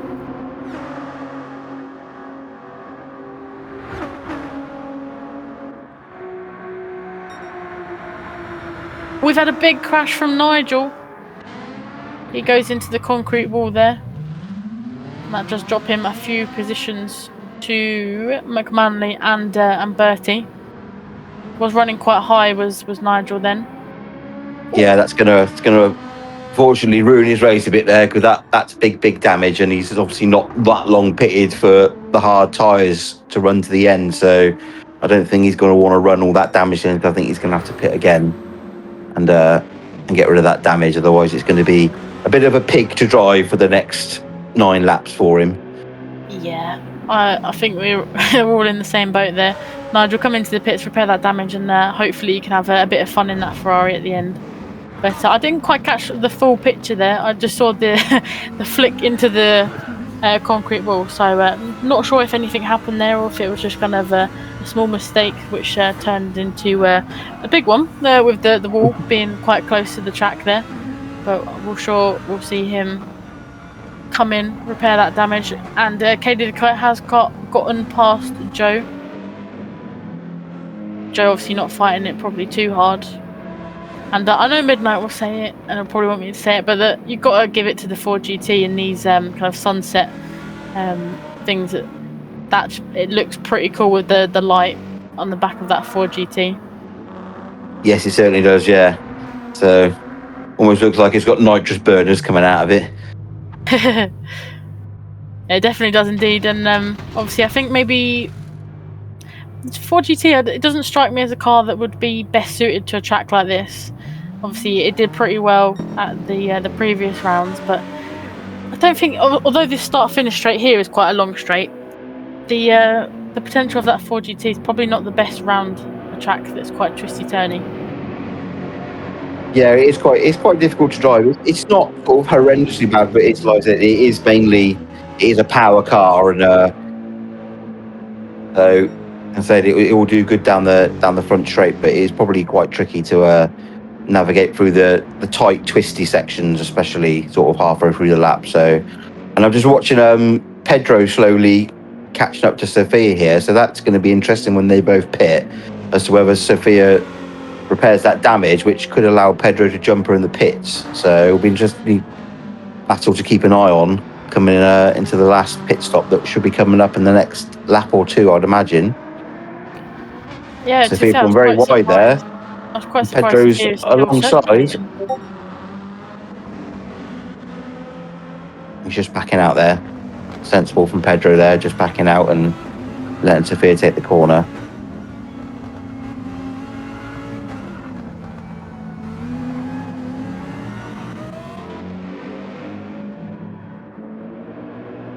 Yeah, I was surprised that Sophia was still circulating with that damage and the very worn left front tyre, which you can kind of tell is not giving her the best traction out of some of these corners. But obviously circulating with this damage for quite a long time. Do you reckon that has put her off of the battle with Katie Dekai that I'm assuming that she was hoping for? Yeah, I think like I said, when the tyres were fresh, probably the damage didn't sort of hamper her too much really, but I think since the tyres have sort of got down to half worn, she's then started to struggle, I think, getting the front end turned in. And we know that Mercedes is very nose heavy, so I think she's just struggled the last 5 or 6 laps to get any grip into it. So we'll see her pitting here. Pedro's going for another lap.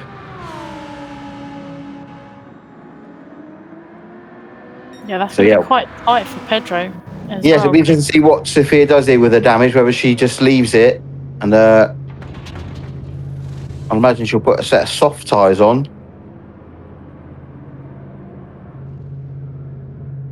And we see Midnight pitting just behind her as well.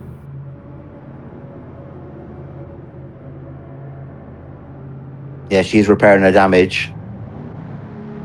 That's going to give Pedro the opportunity to jump her in the pits if he can get a good in lap here. gonna say I definitely wouldn't write Sophia off for potentially going for the fastest lap around here. Now that Mercedes is fully repaired.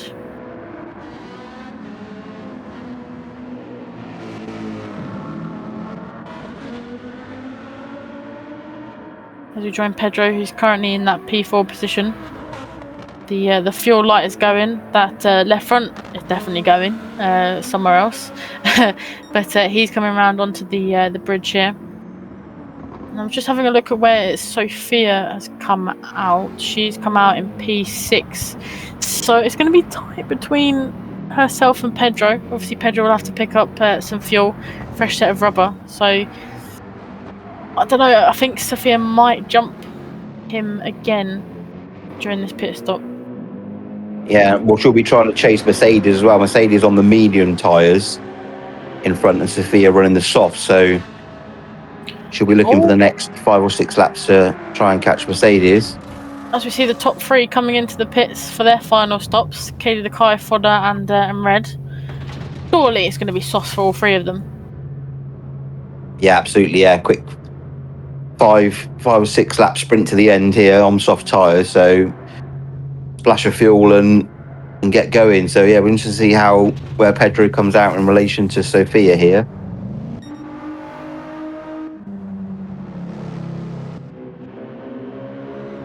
As we see Mercedes coming round. I'm assuming he doesn't want a lot of the drivers to kind of come out right in front of him. It looks like he's just managed to get past Pedro in the pits there. Sophia coming around now. So yeah, Pedro has unfortunately lost that position to Sophia there. Do you reckon Pedro maybe went 1 lap too much there?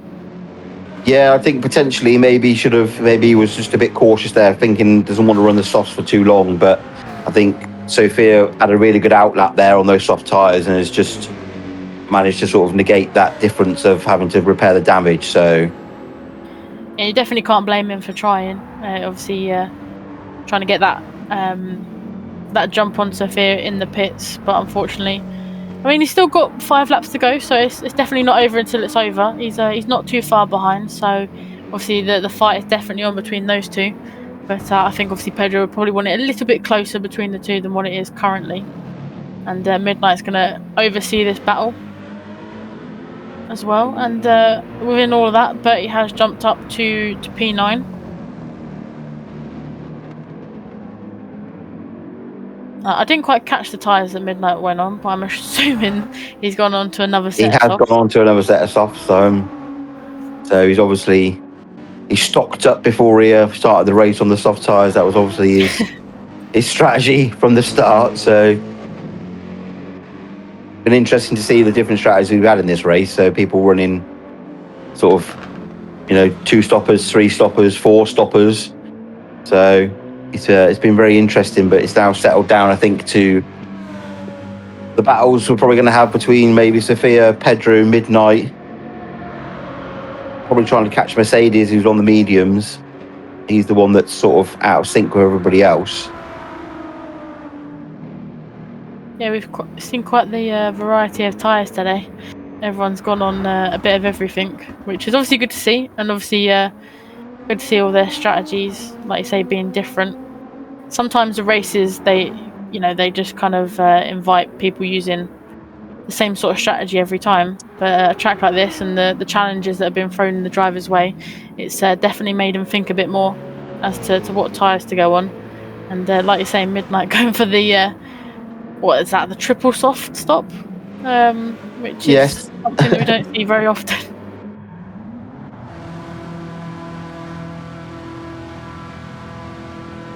As it stands, obviously just thinking a little bit into the championship, obviously Fodder in P2, Midnight currently in P7, and if it finishes the way it is, obviously that's going to be quite the jump in points for Fodder. Yeah, it gives him a good advantage to go into the last race to take that P2 in the championship. So he'll be happy if he finishes on the second step of the podium here. So he'll be just trying to bring that Porsche home now. But Red behind him is keeping him honest, so he knows that he can't just to back out of it too much or make any mistakes because Red will pounce. So Fodder's got to be keeping his concentration here right to the end.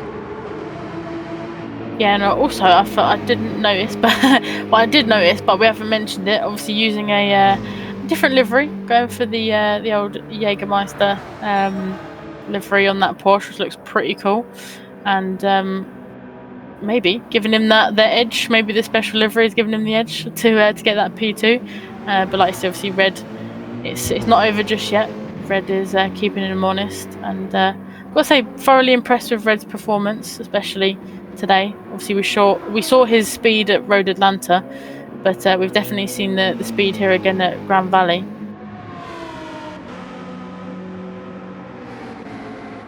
I was just having a look, seeing how everyone's doing. Mac obviously repairing that damage that we saw earlier.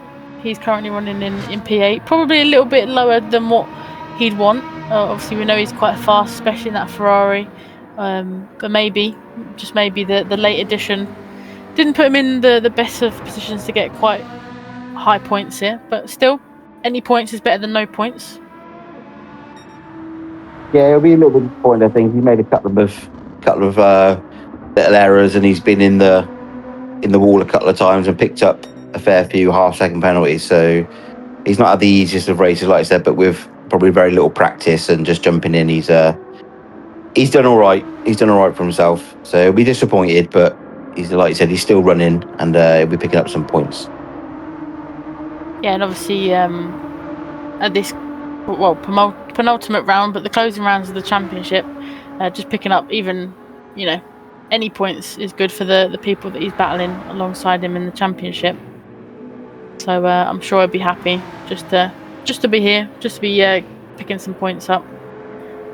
And I'm sure he'll be looking forward to the last race, which is Interlagos, which will be a bit of a challenge for some of the drivers. But I think a fan favourite. I don't know if you agree. A lot of people seem to either love it or hate it. I think the majority like it, but it's obviously the finale is going to be quite an intense one for the championship. Yes, absolutely. It's like going back to the old Formula One days, isn't it? Finishing championship at Interlagos. So it's not one of my most favourite tracks in the world. It's not one that I've been particularly great at in my time playing Gran Turismo. So I know some of the drivers do love it. So especially those who sort of play F1 as well, they're quite used to driving it. So Pedro's gone quite wide there into the hairpin. That will allow Midnight to catch up a little bit. Yeah, and also lets the pressure off of Sophia a little bit. So I'm sure she'll be very happy about that. As we see, that even that small mistake that has brought Midnight a lot closer to Pedro here.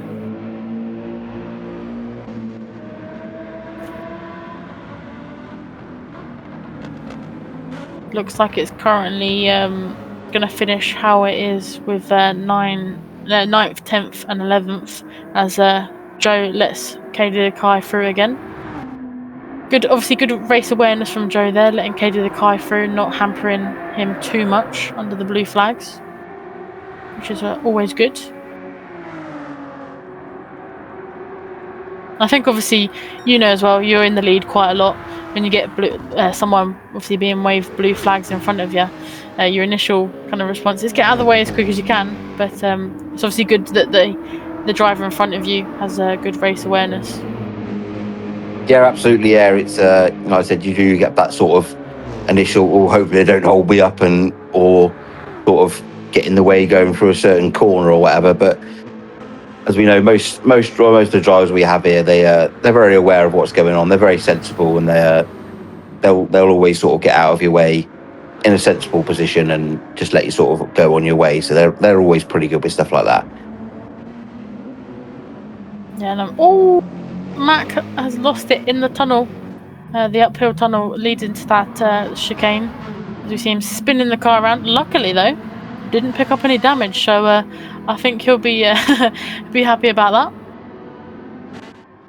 Yes, another excursion for him today. He's had quite a few, so he'll just be thinking, "Oh, only a lap and a half to go, and I can get out of here now. I've had enough of this. Had enough of going sideways and backwards tonight."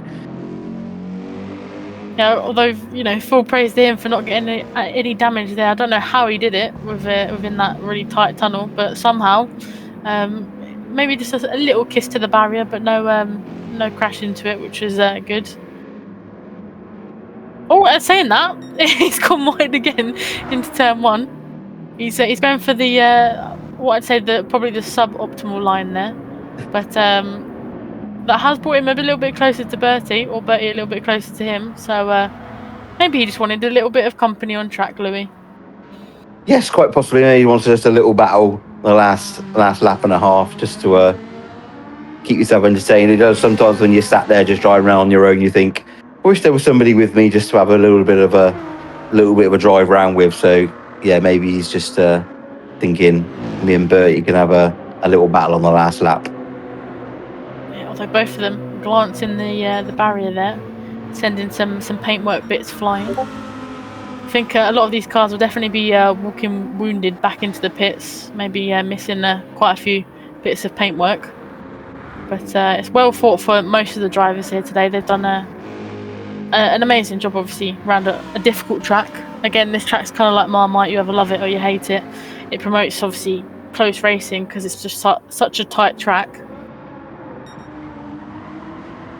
But we are on the final lap, and it looks like, don't want to jinx him, of course, don't want to commentators curse him, but it looks like Kader Kai has quite comfortably got the win in the bag. Yeah, he's driven a brilliant race again, so without making a huge mistake in this last chicane, I think this win is wrapped up for him, and everyone else behind is kind of in a line of stern now. I don't think there's going to be many, unless there's people making mistakes. I don't think there's going to be any more big position changes in the top 7 now. No, I was just having a look at that fastest lap that he got earlier, 1:47.4. It just goes to show you he just doesn't let off the gas at all. But he does come across the finish line in about half a second or so. There he is, going over the finish line, finishing in P1, his favourite spot. Not too far behind, and full props to him in fodder in P2. And then in his second ever Nighthawk event, Red is coming home in P3. And Mercedes, after a well-fought battle throughout the race, obviously going on the hard tyres, he goes on to P4. And it looks like it's going to be a close finish between Sophia and Pedro, although Sophia does get Pedro. And Midnight's finished in P7. And if you want to go round through the rest of the grid there for me, Louis.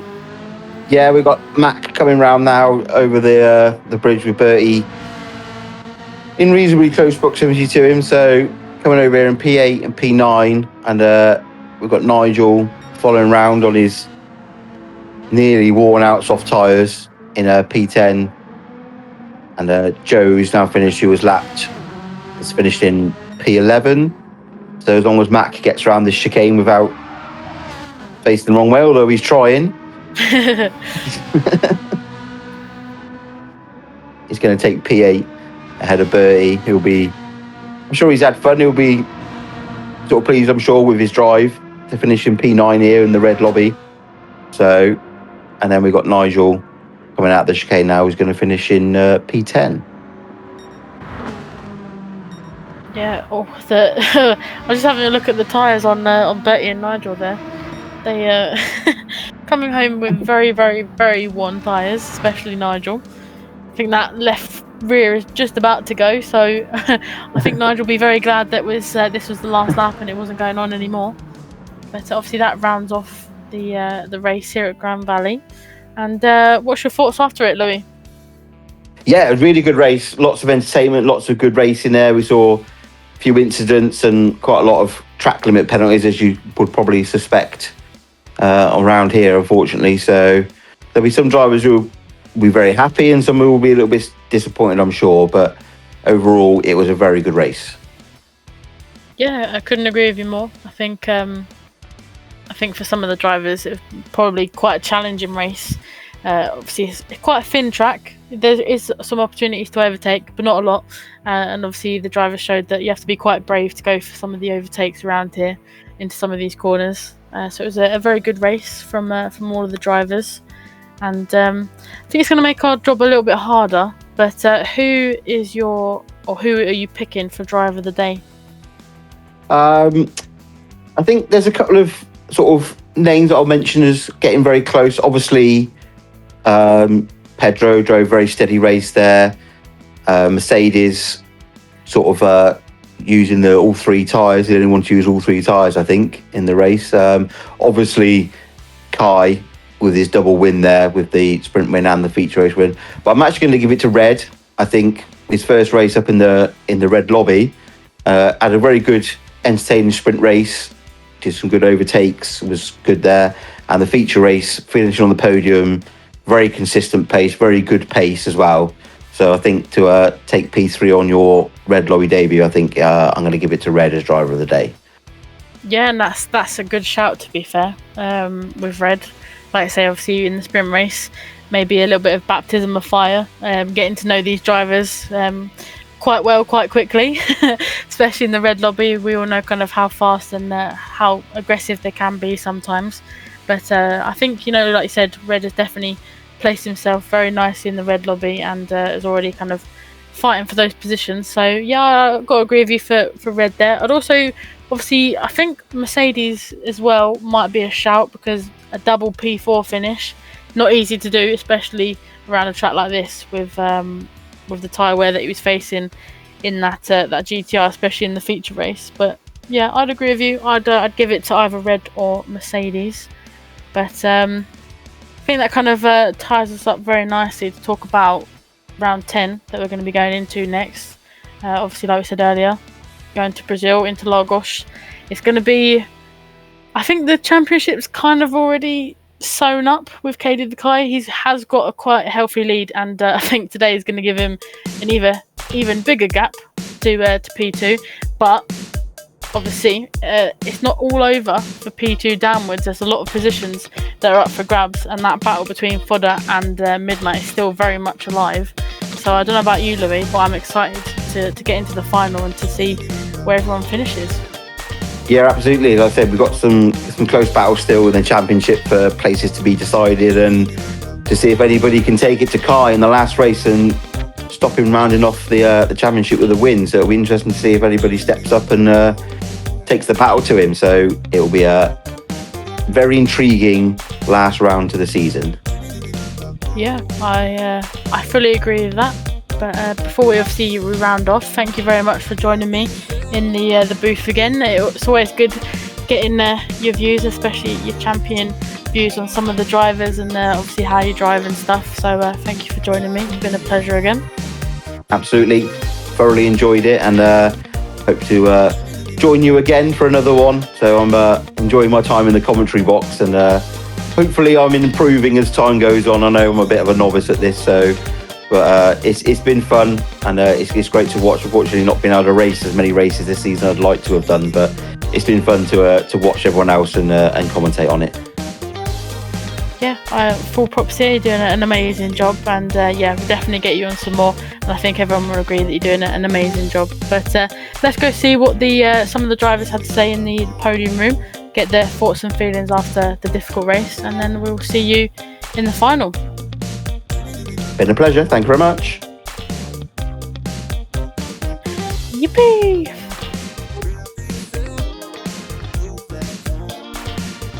I'm glad to finally get on the podium again after struggling for most of the season. I felt pretty locked in for this race for a change, and I'm happy with the result. I will be looking to get on the podium a bit more. At the Grand Valley round, being moved up to the red lobby, I knew that meant I wouldn't have an easy run to victory, relatively speaking. But getting a podium was very, very fulfilling. I knew that going into it, the majority of people ahead of me would be too quick to catch up to, and I definitely feel like I could have maybe have fought for a bit of a higher position potentially, but I kind of fell behind. If I recall correctly, I didn't really optimize the strategy and got held up behind a few people, but P3, I'm not complaining about that whatsoever.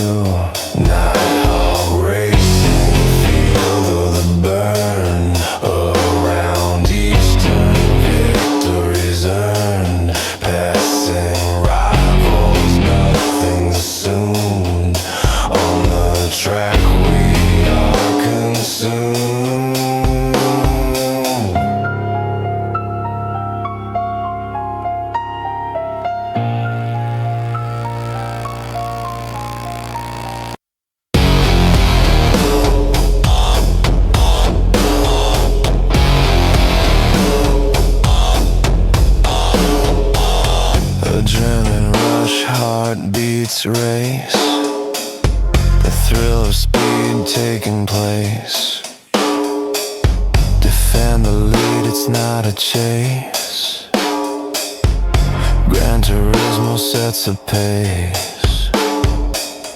Under moonlit skies we soar. Every cosmic spirit's roar. Defending honor never bore. Kings on asphalt floors. Through the stadiums we fly by, cheering crowds lighting the sky. Nighthawk warriors reaching high. No defeat will dignify. Night